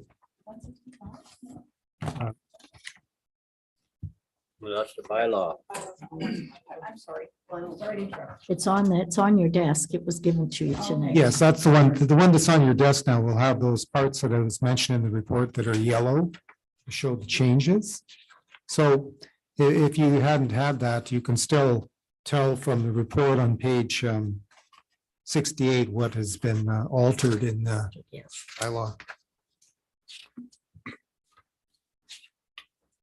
So we'll open it for discussion. Councillor Biss? Sure, I'll start it off. Don't get me wrong, I have nothing against to try and move our municipality forward, nothing against it. But because of the speedway, the difficulties they've been having to deal with, and he admitted that today, and he said he shouldn't have said that and all that.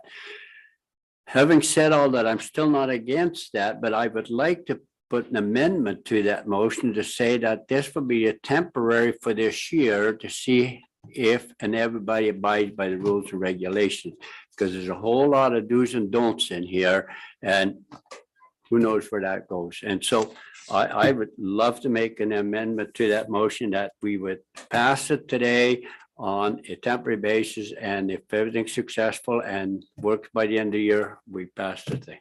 It's just my suggestion.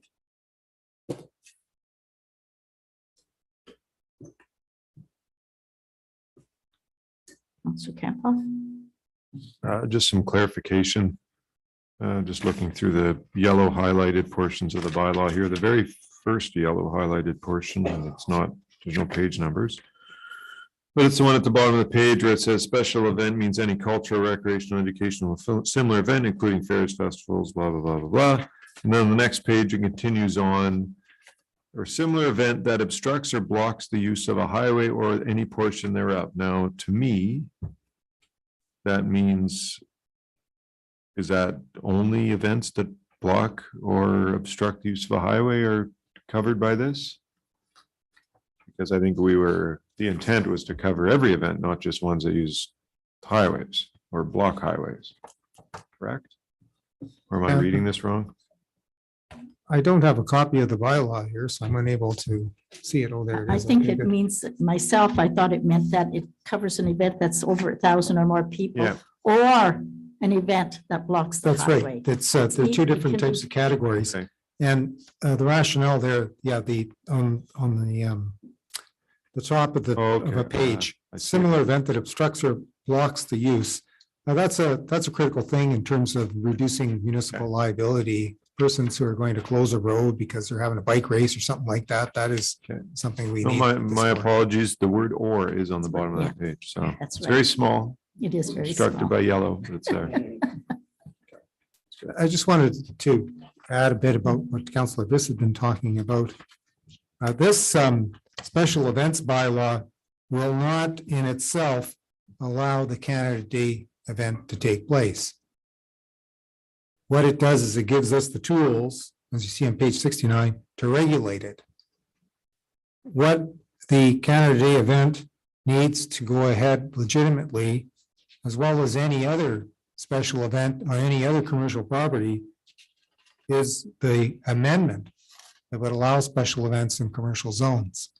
Without that, on the 31st, they would be not legitimate with their Canada Day, and neither would any other commercial venue right now that may be thinking of having a special event. It's missing in our zoning bylaw right now. It should have been put in the first place. Most municipalities will have that in their zoning, that if you're commercial, you can do a special event, and fortunately, we don't have that. So the item tonight is just giving us the tools to regulate what they're going to do. If the amendment on the 31st doesn't go through, then they would be doing Canada Day without the proper zoning. They'd be out of line. The idea behind this special event bylaw we're looking at this evening, the way it's been worded, 1,000 people at a time, it's only going to catch that event in this municipality. It may catch some other event that wants to shut the roads down, but I don't know of any that do. So maybe, In the past, the Kekabeka Street Fair has done that. Yes. Sometimes occasionally with traffic planning coming out of the Merle Fair, they caused a ruckus, or in the case of Country Fest, they had Pole Line Road shut down. So there is those opportunities elsewhere. In the future, as we have had in the past, yes. So that would mean that we have the ability to regulate it with this, yes. I just wanted to add, though, that the bylaw is very thick and it goes over a lot of various things. That the special event permit is good to look at because it has a checklist. There's 2 pages on either side that talks about various elements of it. A lot of special events, suppose it's somebody wants a bike race and they're going to be wanting to shut down a few roads. A lot of the stuff will be non-applicable. But for some, like the Canada Day event, it will have a lot of different elements to it. And there'll be a lot of considerations in each one of those boxes. Councillor Peacock? Thank you. With regard to the special events application, whose responsibility would it be to ensure that basically all the boxes are checked and once the event is over, that everything has been complied with? Would that be the CAO's position to do that? How this would work is people would get a permit and enforcement of it. That would be, well, basically by law enforcement officer. And I would just Or other also, staff, if we had to use them. Yeah, the fire chief with regard to a fire safety plan. and I was also concerned that when the delegation had mentioned possibly having a fair or a country fair or something like that, just that those type of events are not going to be detrimental to the Heimers Fair, the Merlot Fair, the other fairs in our area that have been long-standing. We don't want to deter from that country portion of the existing organizations that we have in the area. Councillor Campo? Although I understand your sentiment, I don't think it's our responsibility to determine which fairs fail and which ones are successful. And I mean, as long as we're treating them all the same, if someone wants to start up a new fair and it ends up, outshining one of the other fairs and one of the other fairs has to fail, that's not for us to determine. That's my feelings. Fair is fair. Yeah, yeah. Any further discussion?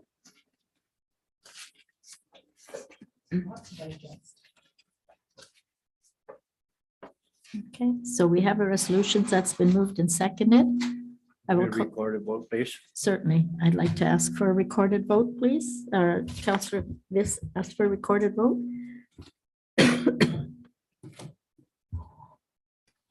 Right, Councillor Calvert. Councillor Campoff. Councillor Peacock, No at this time. Councillor Viz, Nope. Mayor Clisterhus, Yes. passes 3-2. Sure does. Okay. The next item we have is a resolution moved and seconded in respect to report 2023-76 in regarding an issuance of an RFP to do an engineering, to have an engineering consultant do an engineering design and structural life safety repair project for the general store and village square in the museum. It has been moved and seconded. It is now open for discussion. Yes. Yes, I guess I'm a bit confused here what's going on here. Back in March the 1st, when we passed the resolution that said respect to 2023-35 recommended issuance RFP to have an engineer consultant do engineer design for structural and life safety repairs project for the general store and village square. That will provide a subsequent RFP to have a contractor undertake the repairs, and that was deferred. Now, the reason for that is the new board is, as they're building their new webpage and doing their promo, they thought if we could get those two buildings open and put them right in there now to do the advertising would be quite a helpful situation to them. So that's when we asked if we could get a building inspector to go through there. And when I read through here, I really can't figure out what he says we really need to do for those two. For instance, he says, well, you need an engineer and architect, replacement of stairs. Well, the replacement of stairs, I think if I remember correct, is a 7-inch step and 8-inch rise. The building code of Ontario will spell that all out. Why do I need an engineer to tell me what the design of the stair has to be? That's in the building code. Handrails, the same thing, the measurement from the top to whatever level is, it's all in those building codes. So if you did something here, we would spell it out, but it has to comply by the building code of Ontario. So any licensed contractor or even a single carpenter that's a licensed carpenter would have the code of conduct or the building code and know how to do that. And same with the ramp. If you look at the ramps, the biggest incline is that one that starts from the ground and only goes, because there's only 2 steps, that it's only 20 inches. And I assume that is for a wheelchair. That's, I think, what needs to go in there. An engineer needs to design that. It's just there.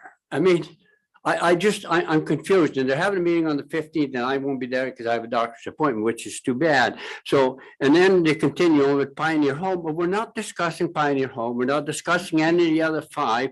As a matter of fact, the other buildings, there was some discussion that, you know, do we really need them? Maybe we should just concentrate on key components of the museum and maybe we just get rid of those. So see, we could get, so I was kind of disappointed that this whole thing came back in, that's showing there's $900,000 to be spent for 10 years. I have 2 documents with an engineer that signed off on it that tells you what it's telling me here. So what do we really need to have done for those people to say, okay, we can open it now?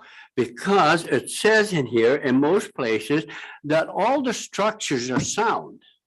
So it's cosmetics that need to be repaired. And when you look at what it says, if you look at number 1, life safety, that's immediate. There's only 2 in this whole list. Number 2, deferred maintenance, it's 1 to 3 years. So yes, some may come in. How close are they? I don't know that. And I was hoping that's the kind of a 1-page thing to the board and say, okay, we have the building inspector go through these buildings. This is a must because it says 1. Number 2, it would be advisable on my, as a knowledgeable person that carries a degree in building, that we should do that. And then you can decide where to go. But this report, we've had that 100 times. It doesn't change a whole lot to me. Am I way out left field? I don't know where to go with this. So that's where I'm at. I was just hoping a simple little thing for those two buildings and say, this is what it takes to open them. And the building inspector isn't here. I asked the CEO, could a couple of the board members go with the CEO when they, or the chief building inspector, when they do that? And he said, no way, they're not going with them. Well, it would have been so much nicer if they could have walked with them and asked them some questions.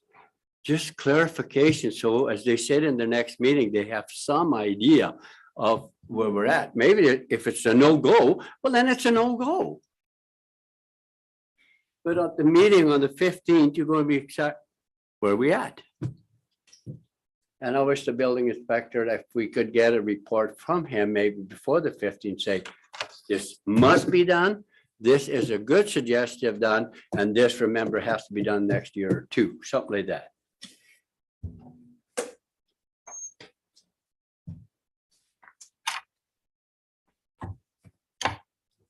I'll give it a whirl. Since I walked with the building inspector, I feel free I can comment on this. It's not so much the issue of a 7-inch rise and a 7-inch run. And it's not so much the issue of the railing shall be 32 inches. The complete front porch assembly of that whole building that we're talking about is ready to fall down. We cannot simply go and make a slope of a ramp proper and put the railing up when we have an overhead hanging unsupported structure that could fall on somebody entering that thing. So to your point, to Councilor Viss's point, last year when we did the Duke Museum, we spent $46,000 in lumber and we spent $9,000 in engineered drawing to go around that building. That's what the building inspector is saying. I can go build a stairs. You're absolutely correct. I can go build a ramp, right? I can read a green book that says the railing shall be 36 inches high. But I cannot attach that and put people up that ramp if it's going to fall down above me. And that's what he's saying. There's life safety in regards to the exit and entry doors and the stairwells to get in and out of the second story of that building. That's not something I'm going to build off of a green book and go bang some wood together. If we're putting people on the second floor of the general store, they can't get out currently. If I may, Jen. See, that's my point. You see now that there's stairways, well, we could block them off. We could have said to the building inspector, what if we block off so we can just have access to the bottom floor? And that's the point. And as far as the porch is concerned, if you look the engineer's report, it says you get some sound tubes in there and jack the thing back up, put them a sound tube. It's spelled right out how you got to do it in the reports we got from the engineers. I have them all at home. And I think all of us have them, but whoever's in my next 6 months after this, we'll have a lot of fun with that because you better be reading up on all what's allowed there, but. Through the chair, the engineer's reports that we always keep talking about are high level by nature. In order to perform the work, we have to get an engineer to tell us that an 8-inch diameter sonotube with 4 15 M bars will support that hoist, will support that overhang. That's where we're at with this construction. And in regards to having blocking off exits and stuff like that, that's why it's named under life safety retrofits. We can't have 40 people upstairs with the only exit being the front door coming out. So in other words, can we block off them from even going upstairs? Ideally, yes. Okay, That was some of the questions, and that's when we walked the building, and that's why he's tied life safety retrofits into it. Okay. What's not discussed here is electrical. What's not discussed here is egress and entrance. I can't go hack into a building wall to straighten a door frame out without an engineer telling me I got to have 2 2x8 jack legs. And by the way, the back wall's ready to fall down. You better put some sonotubes underneath it. And that's where we're at. but that's what this study is for, this requesting this RFP is for those Correct. things. And we could do the study, or we could get an engineer to go there. And it's not so much of the constructability of it. I agree that there's stuff that we could do over there. But it's very hard for me to go there or my staff to go there and take on the liability of letting people go in and out of the building. And that's not what I expect. I don't expect our staff to be doing it. I expect that we would put out an RFP and it would be a contractor or a There's a lot of one-man operation that are qualified like papers on carpentry, and they could very well do that. I wouldn't expect for people to do that, but no. But even through the chair, through that point, if I was to send a contractor over there, say, go fix that railing, go fix that railing and go fix that ramp and open that back door. And he's gonna say, where's the drawings? Because he's not gonna put his certification on the line.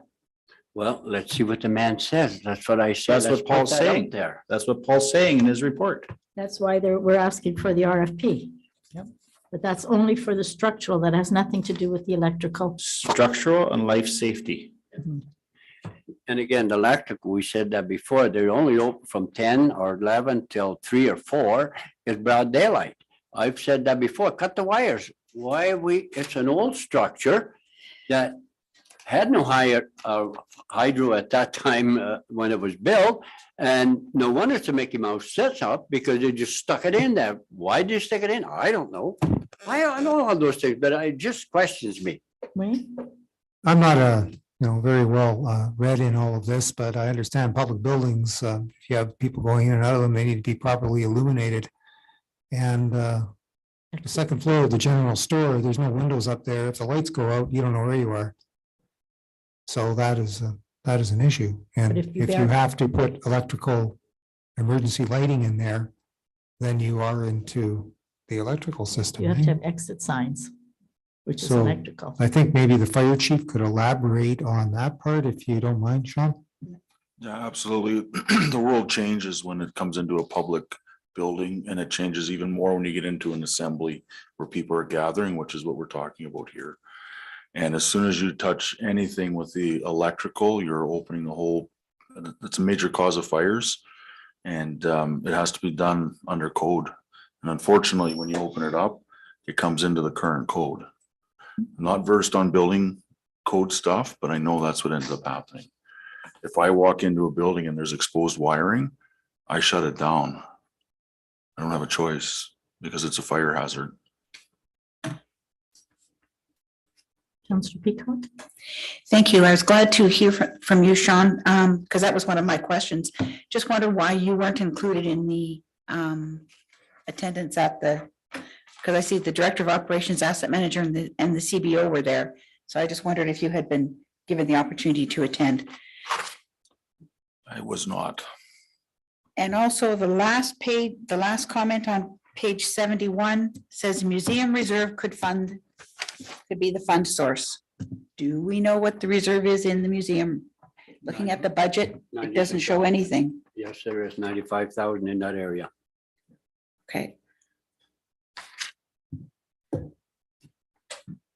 So our discussion today is, if we go with an RFP, we're pretty well determining that we're going to continue fixing the building, because this is going to cost us some money as well, so.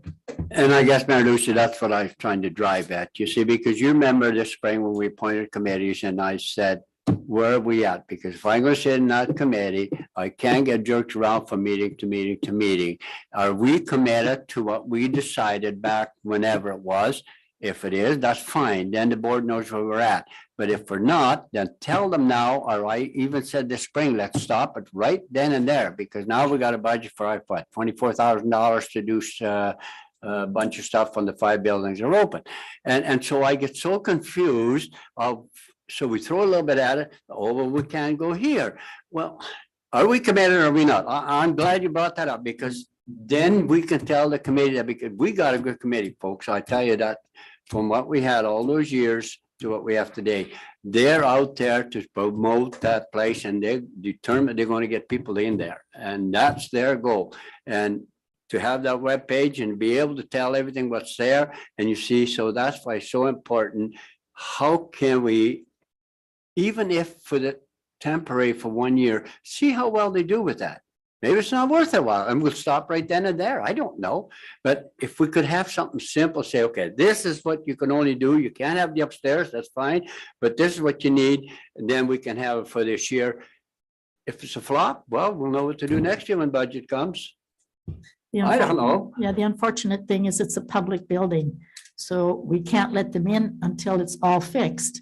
And once it's all fixed, you've dedicated yourself or committed yourself to spending the money. So that's kind of where you are with this. Caught in- You know, that's you right. can't just say, well, let's try it for a year because we can't let anyone in unless we totally do it, which means a commitment of the funds. When you get into electrical, what are you looking for electrical? I think there's a 400 amp, is it a 400 or 200 amp, a great big service in there. What, for a few lights? They don't have nothing else. Absolutely nothing. Yeah, but I think that services the whole museum, the computers, all the other buildings. That's the main.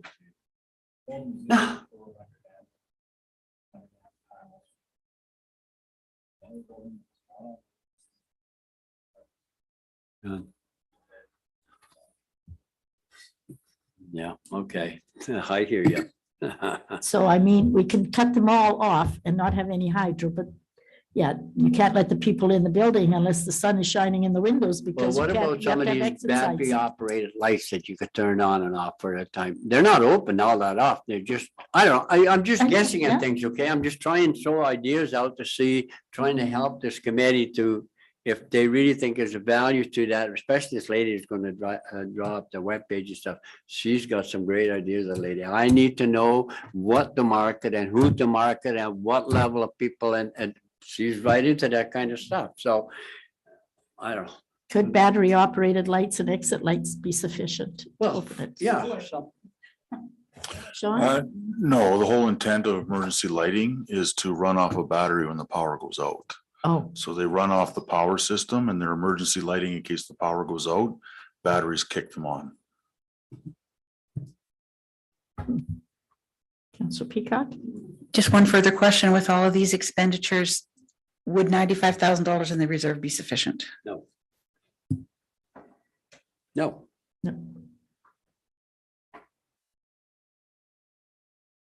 Not if you look, the numbers are here, just look at them.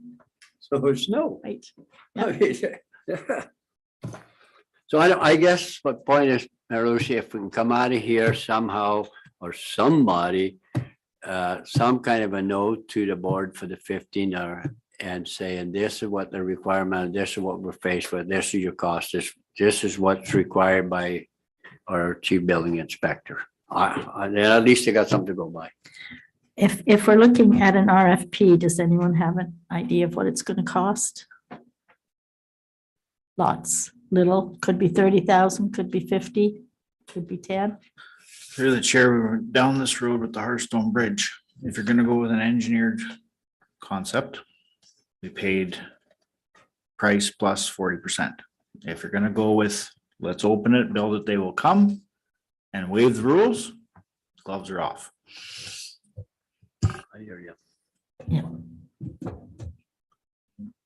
If I may, through this particular process, if we put out an RFP for engineering services to design life safety retrofits to allow occupancy on the main level and put some lights in and stuff like that and open up a panel or change some light bulbs, whatever it's going to be, the first thing that they're going to ask the proponents is for the same reports that you have Mhm. to see the dollar values.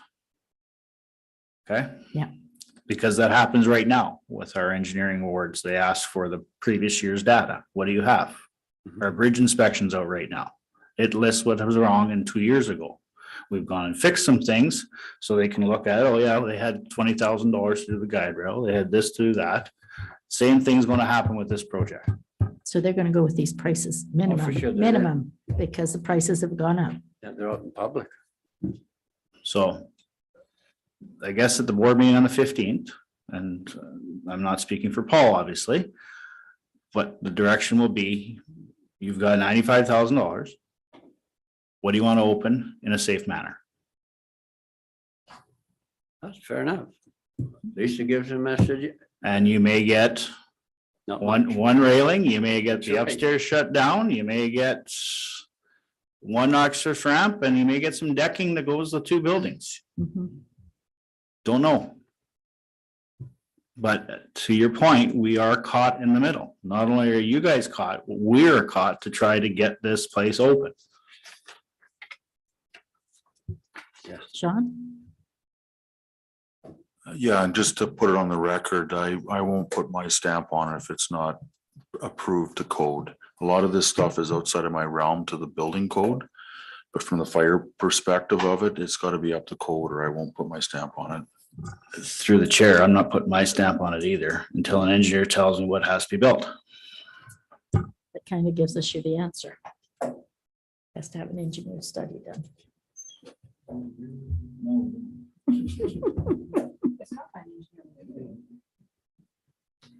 So, I'll reiterate what I said about the Duke Hunt last year. When we moved the Duke Hunt over to Slate Hall, it was $9,000 to design that deck and $46,000 in lumber before we put a screw together. But it was $9,000 to follow the drawing to go around that building. There's no difference on that handicap ramp as far as meeting code and who signed off on it than there is to go into the general store. Yes, it's smaller. Yes, it's shallower. It's not gonna be $9,000. But someone has to put their name on it that this 2x8 and this riser will work. okay. There's our answer. Just one question though to Chris. Why would you sign off? You don't have an engineering degree in building. No, I'm not. There's a specialty. I'm not talking about signing off. Well, that's what you said. I won't endorse a tender that goes out to Joe Blow with a hammer and a toolbox and goes and bangs a dead on there and then let the museum board say it's open for business. I'm not going to accept that liability as a municipality, which is my job, liability.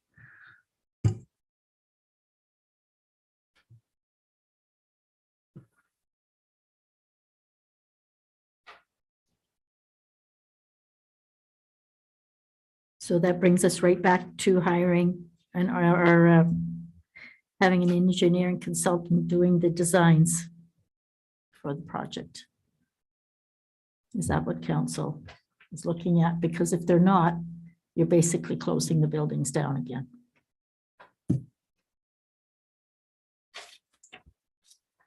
And getting the study doesn't necessarily mean it'll all be completed this year either.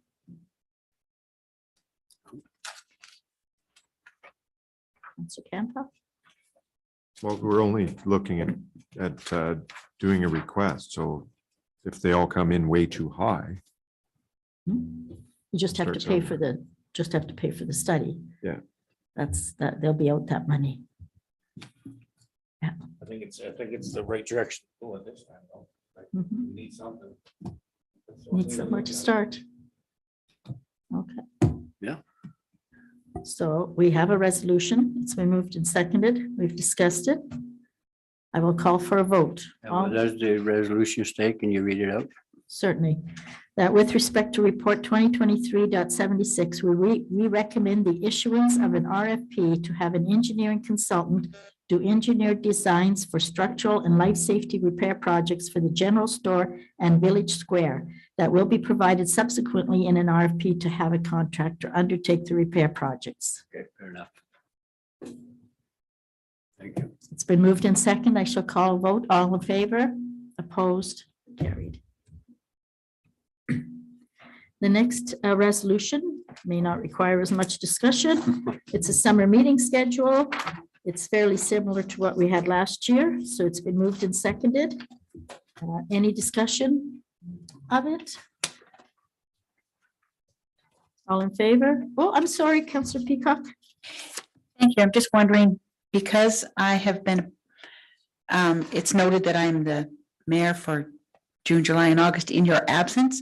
I'm just wondering if you had any plans to be out of town. I will be out of town in June, 2 Okay. days, Okay, thank 2 you. different trips to Toronto. Otherwise, I plan to be here.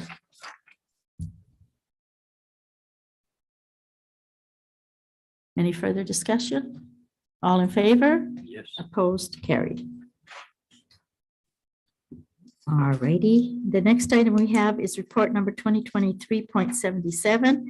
That's a resolution been moved and seconded for approval of the Norwest Recreation Center collective agreement. And I will pass that on to the CAO. Not the whole agreement, but I guess the report. This is old news that should have been done a long time ago, but as the report states, the union offered to do it and they didn't get the job done. So we ended up getting the memorandum of settlement and incorporating it into the collective agreement and the union signed off on it. It took them 3 months to do that. And then I proofread it. This is what we agreed to. So we get this signed off with council approval this evening. And then we'll be able to distribute it around to the stakeholders. Up to now, we've been using the memorandum of settlement and the old collective agreement to try to manage affairs, which is not very effective or efficient. So having this all in the one document ready to go is going to be very helpful. Any discussion, Councillor Peacock? Thank you. On page 107, it indicates the paid holidays, including Remembrance Day and Easter Monday. But yet when you go to page 108, the top half does not include those 2 days. My other comment is that on page 121, we don't have any of those employees. All but one. I can comment on that. The missing of those 2 holidays you mentioned on the top of page 108. Yeah, that's what I would say is an error by omission. And there's a difference between in collective agreements between what you do and what it says. And I'm quite confident that what we do is get time and a half to the people if they work on Easter Monday, even though it doesn't say that at the top of page 20. So the next round, we'll have to make those changes to put those 2 dates in there. That was the intention. And the other part there about the seniority list being out of date. Yes, it is out of date. What we do annually is put a seniority list in the workplaces. And that is the one that people pay attention to. The list in here is out of date. At the next collective agreement, we can address that. We probably tried to address that last time, but it gets overlooked in the rush to get a memorandum of settlement done. Thanks. Now, one further question. On page 120, it says the lead hand certified must have and maintain an Ontario Class 1 wastewater operator license.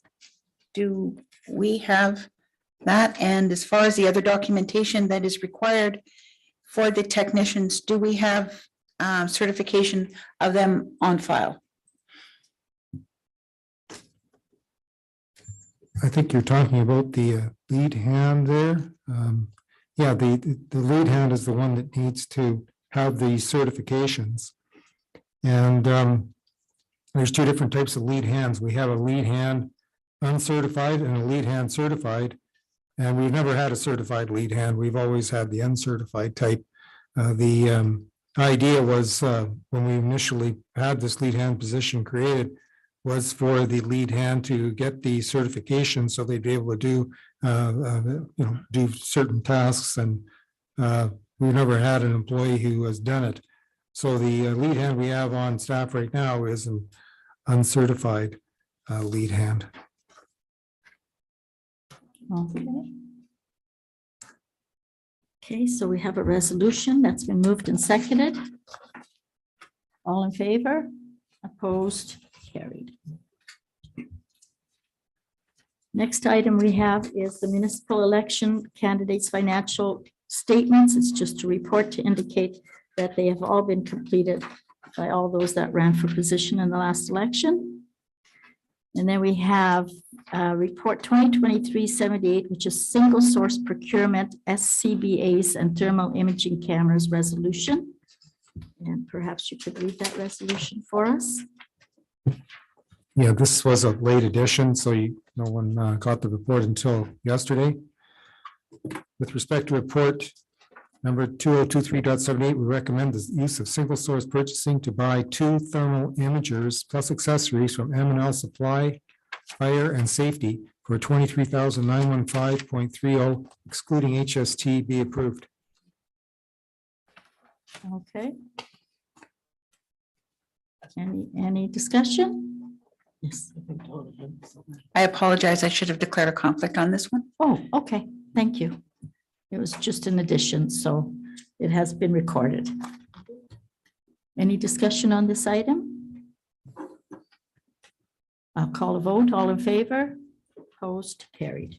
The next items we have is reports of committees from the Thunder Bay, sorry, There's a second resolution associated with that report. okay, There was the single source purchasing of the thermal cameras, but we're also looking single source procurement for the 12 SCBA units for a price of 126,537. I'll read the whole thing. certainly. But with respect to report number 2023.78, we recommend the use of single source purchasing to buy 12 SCBA units plus accessories from M&L Supply and Fire Safety for 126,537 excluding HST be approved. And it's resolution's been moved in second. Any discussion? All in favor? Opposed? Carried. We now have reports of committees, which is the minutes of the meetings for the Thunder Bay District Social Services Administration Board, the Thunder Bay District Health Unit, the League Regional Conservation Authority, and the Source Protection Authority. I don't know if there's any questions of anyone in regards to those items. The next item is the mayor's report. I received a call and it this week. It's to do with the museum and I had a very nice conversation with this person. It is a relative of Fred Goodfellow. And she was just wondering, in hearing what we had done with the name of the museum and so on. She was wondering if there was the plans in the future of the museum board to name something, a building or something on behalf of Fred Goodfellow. He did all of that work there on his own by himself over many years. As she said, he brought all those boards in on the roof of his Austin Mini. Never bought a tractor or a trailer. Everything came on the roof of that Austin Mini. So she had asked if you look at it. And because the family is thinking, you know, they're not Founders Museum words, but just Fred Goodfellow's building or Fred's something to just to note what he put into that museum. Forward that to the board for the 15th for discussion. Sure.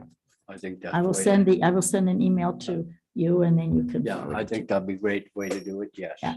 I had also suggested that would be a good possibility in the future that maybe those different peoples, there could be a plaque in the railway station that said, you know, on just something that could be put on the walls. But in the meantime, they did wonder if there could be some building in the future. She understood at this time, we don't know what buildings there will be left at the end anyway, but she just was wondering about that. Well, Mayor Lucia, if I just may add to that, the intent is when you go on the website, it's going to say all Papoon's Heritage Park. So that's when you click Yes. onto that. Then when you flip through the pages, you're going to have, there's the DuCont Museum, there's the Founders, whatever they call it, Yeah. and then there's the garage, and then there's the Brilliant Buses. So if there's something else, then you would just add another page to Certainly, it. So yeah, I'm 'cause- sure it's workable if you just forward Perfect. that. Yeah, because the Founders Museum basically was put together by Fred Yeah, Goodfellow. He was. Yeah. Okay, that was all I had. Now we have bylaws, special events on public and private property. This was one that was defeated. Deferred. Oh, sorry, it says defeated. Okay, so, sorry. It was deferred, I see. So now we have to defeat it to clean it off in the books. So the resolution has been moved and seconded. Any further discussion? All in favor of defeating it, opposed, carried. It has happened. And now we have the next one is the special events on public and private property. We have the bylaw as per the resolution that was approved earlier in the meeting. It's been moved and seconded. Any discussion? All in favor? Opposed, carried. And the Norwest Collective Agreement of 2021 to 2025. Resolution's been moved and seconded for this bylaw. All in favor? Opposed, carried. Then we have a bylaw 32/2023, which is an agreement with Comprint Systems DataFax Municipal Voter View. That was something that came in as new business.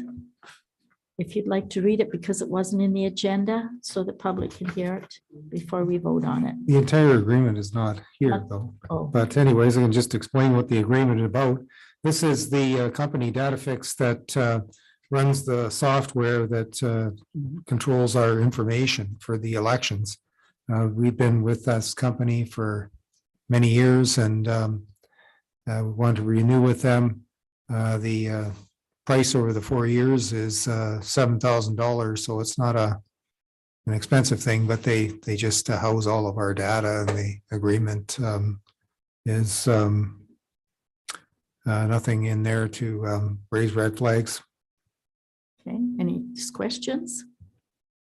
The resolution has been moved to pass this bylaw. All in favor? Opposed, carried. And the next one is bylaw 33/2023, which is the contract for the crushing, screening, and stockpiling of the gravel. So this is the bylaw for the resolution that we passed earlier. It's been moved and seconded. All in favor? Opposed, carried. We have numerous items that we received previously. The new items are the Enbridge utility locate costs. And that's some correspondence clearing up the concerns that there was with the Enbridge. The Municipal Acts, Election Acts Form 1 and 4, and the Act on Litter Ontario. If there's any comment or thoughts on any of those? As there is not, we have a letter from Michael Pelche, which is the CEO of the Fort William First Nations in regards to the name changing of our museum to the Oliver Papoonge Heritage Park, and their sincere appreciation for our making our efforts to do that. Councillor Campoff? Yeah, it was nice to see this letter, and I've had no idea that they were objecting to the original name, so I mean, I guess it's good that we did that, so, but that was not something I was aware of, so I'm glad that we moved ahead with it, and yeah, it was nice to see the appreciation from Fort William First Nation. Yes, it's nice to be told that we did something right. We have support from the Thunder Bay City Speedway. There's numerous letters that have been added to that. We have an update from the DSAB board, the DSAB's annual report, a provincial day of action on litter. Do we have that resolution to support it? Oh, the day is on May the 9th. I think it's a little late. Although we do support cleaning up litter. The Emergency Management and Civil Protection Act. We've met our EMCPA requirements, and this letter indicates that we did do that in 2023. And we also have a letter from the Engineering Management Treasury Board correcting the date to 2022. Yeah. Yes, we have to do that for 2023 yet. We also have some information from Kim White in regards to the distribution of client food. We just thought at our meeting earlier that it might be interesting for the rural municipalities to know where these foods are being distributed or who is coming to pick up these foods from the rural cupboard. If you have any questions, that's kind of a drawing there on the side with the colors, but the numbers are on the spreadsheet. Unreal.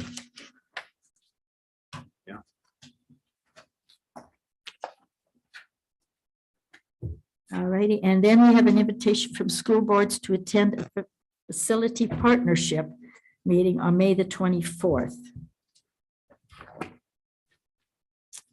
We got that as also. Is anyone interested in attending that meeting? I have to find it in here. Here it is. This is the Lakehead Public School, the Catholic School Board, and they are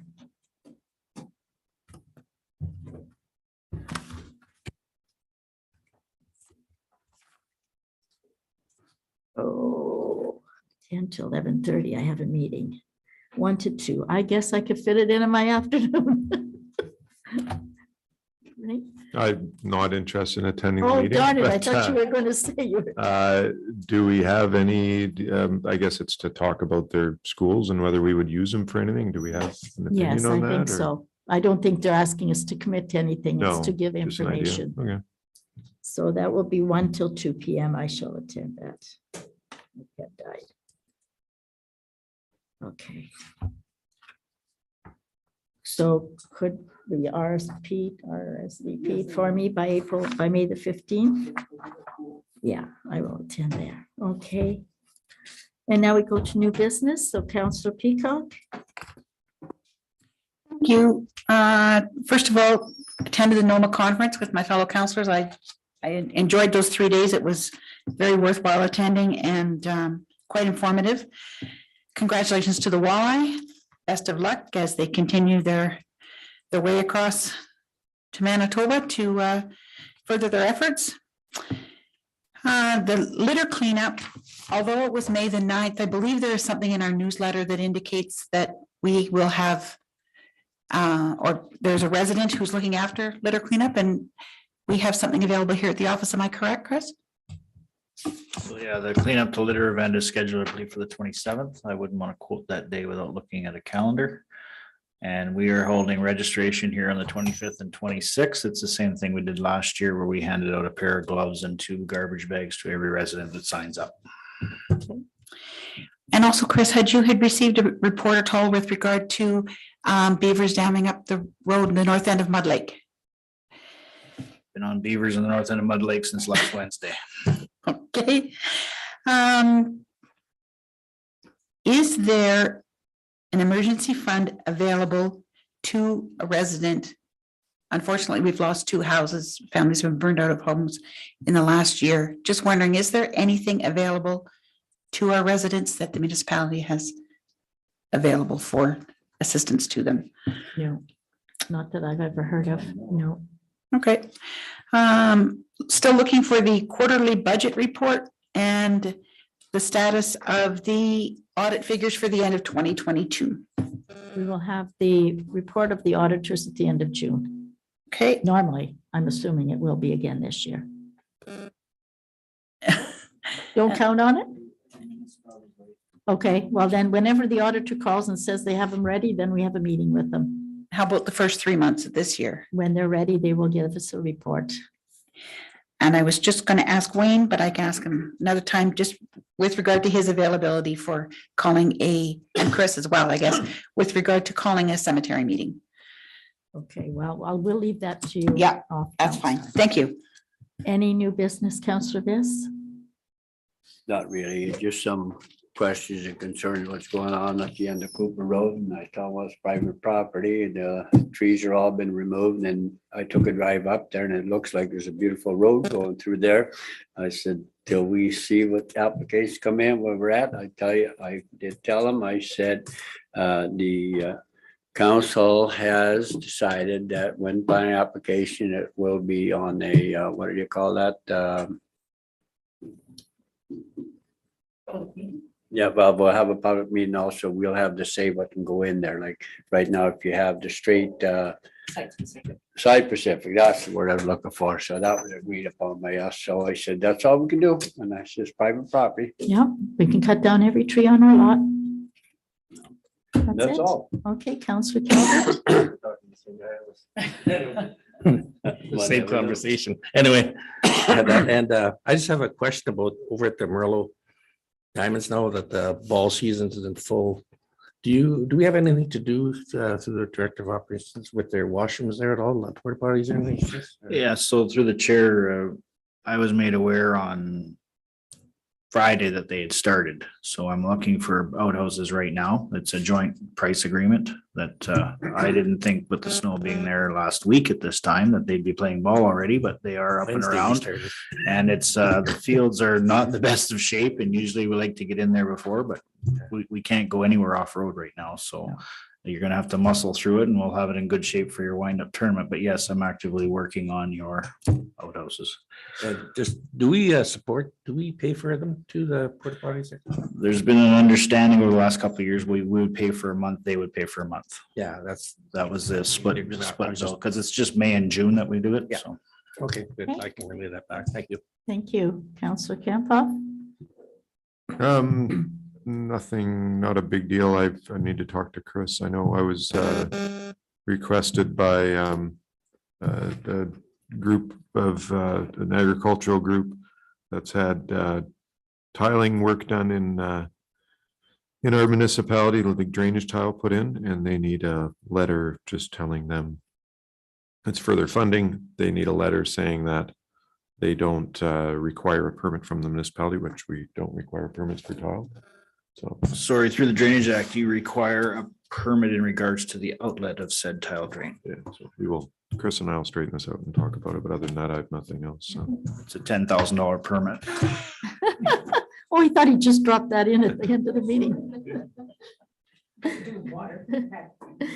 Okay, and I do not, other than Fred Goodfellow, I had one email that I just got this afternoon inviting myself to an event on Thursday, May the 18th, hosted at the Car Start Collision Center in regards to the events that will be happening this summer at the racetrack.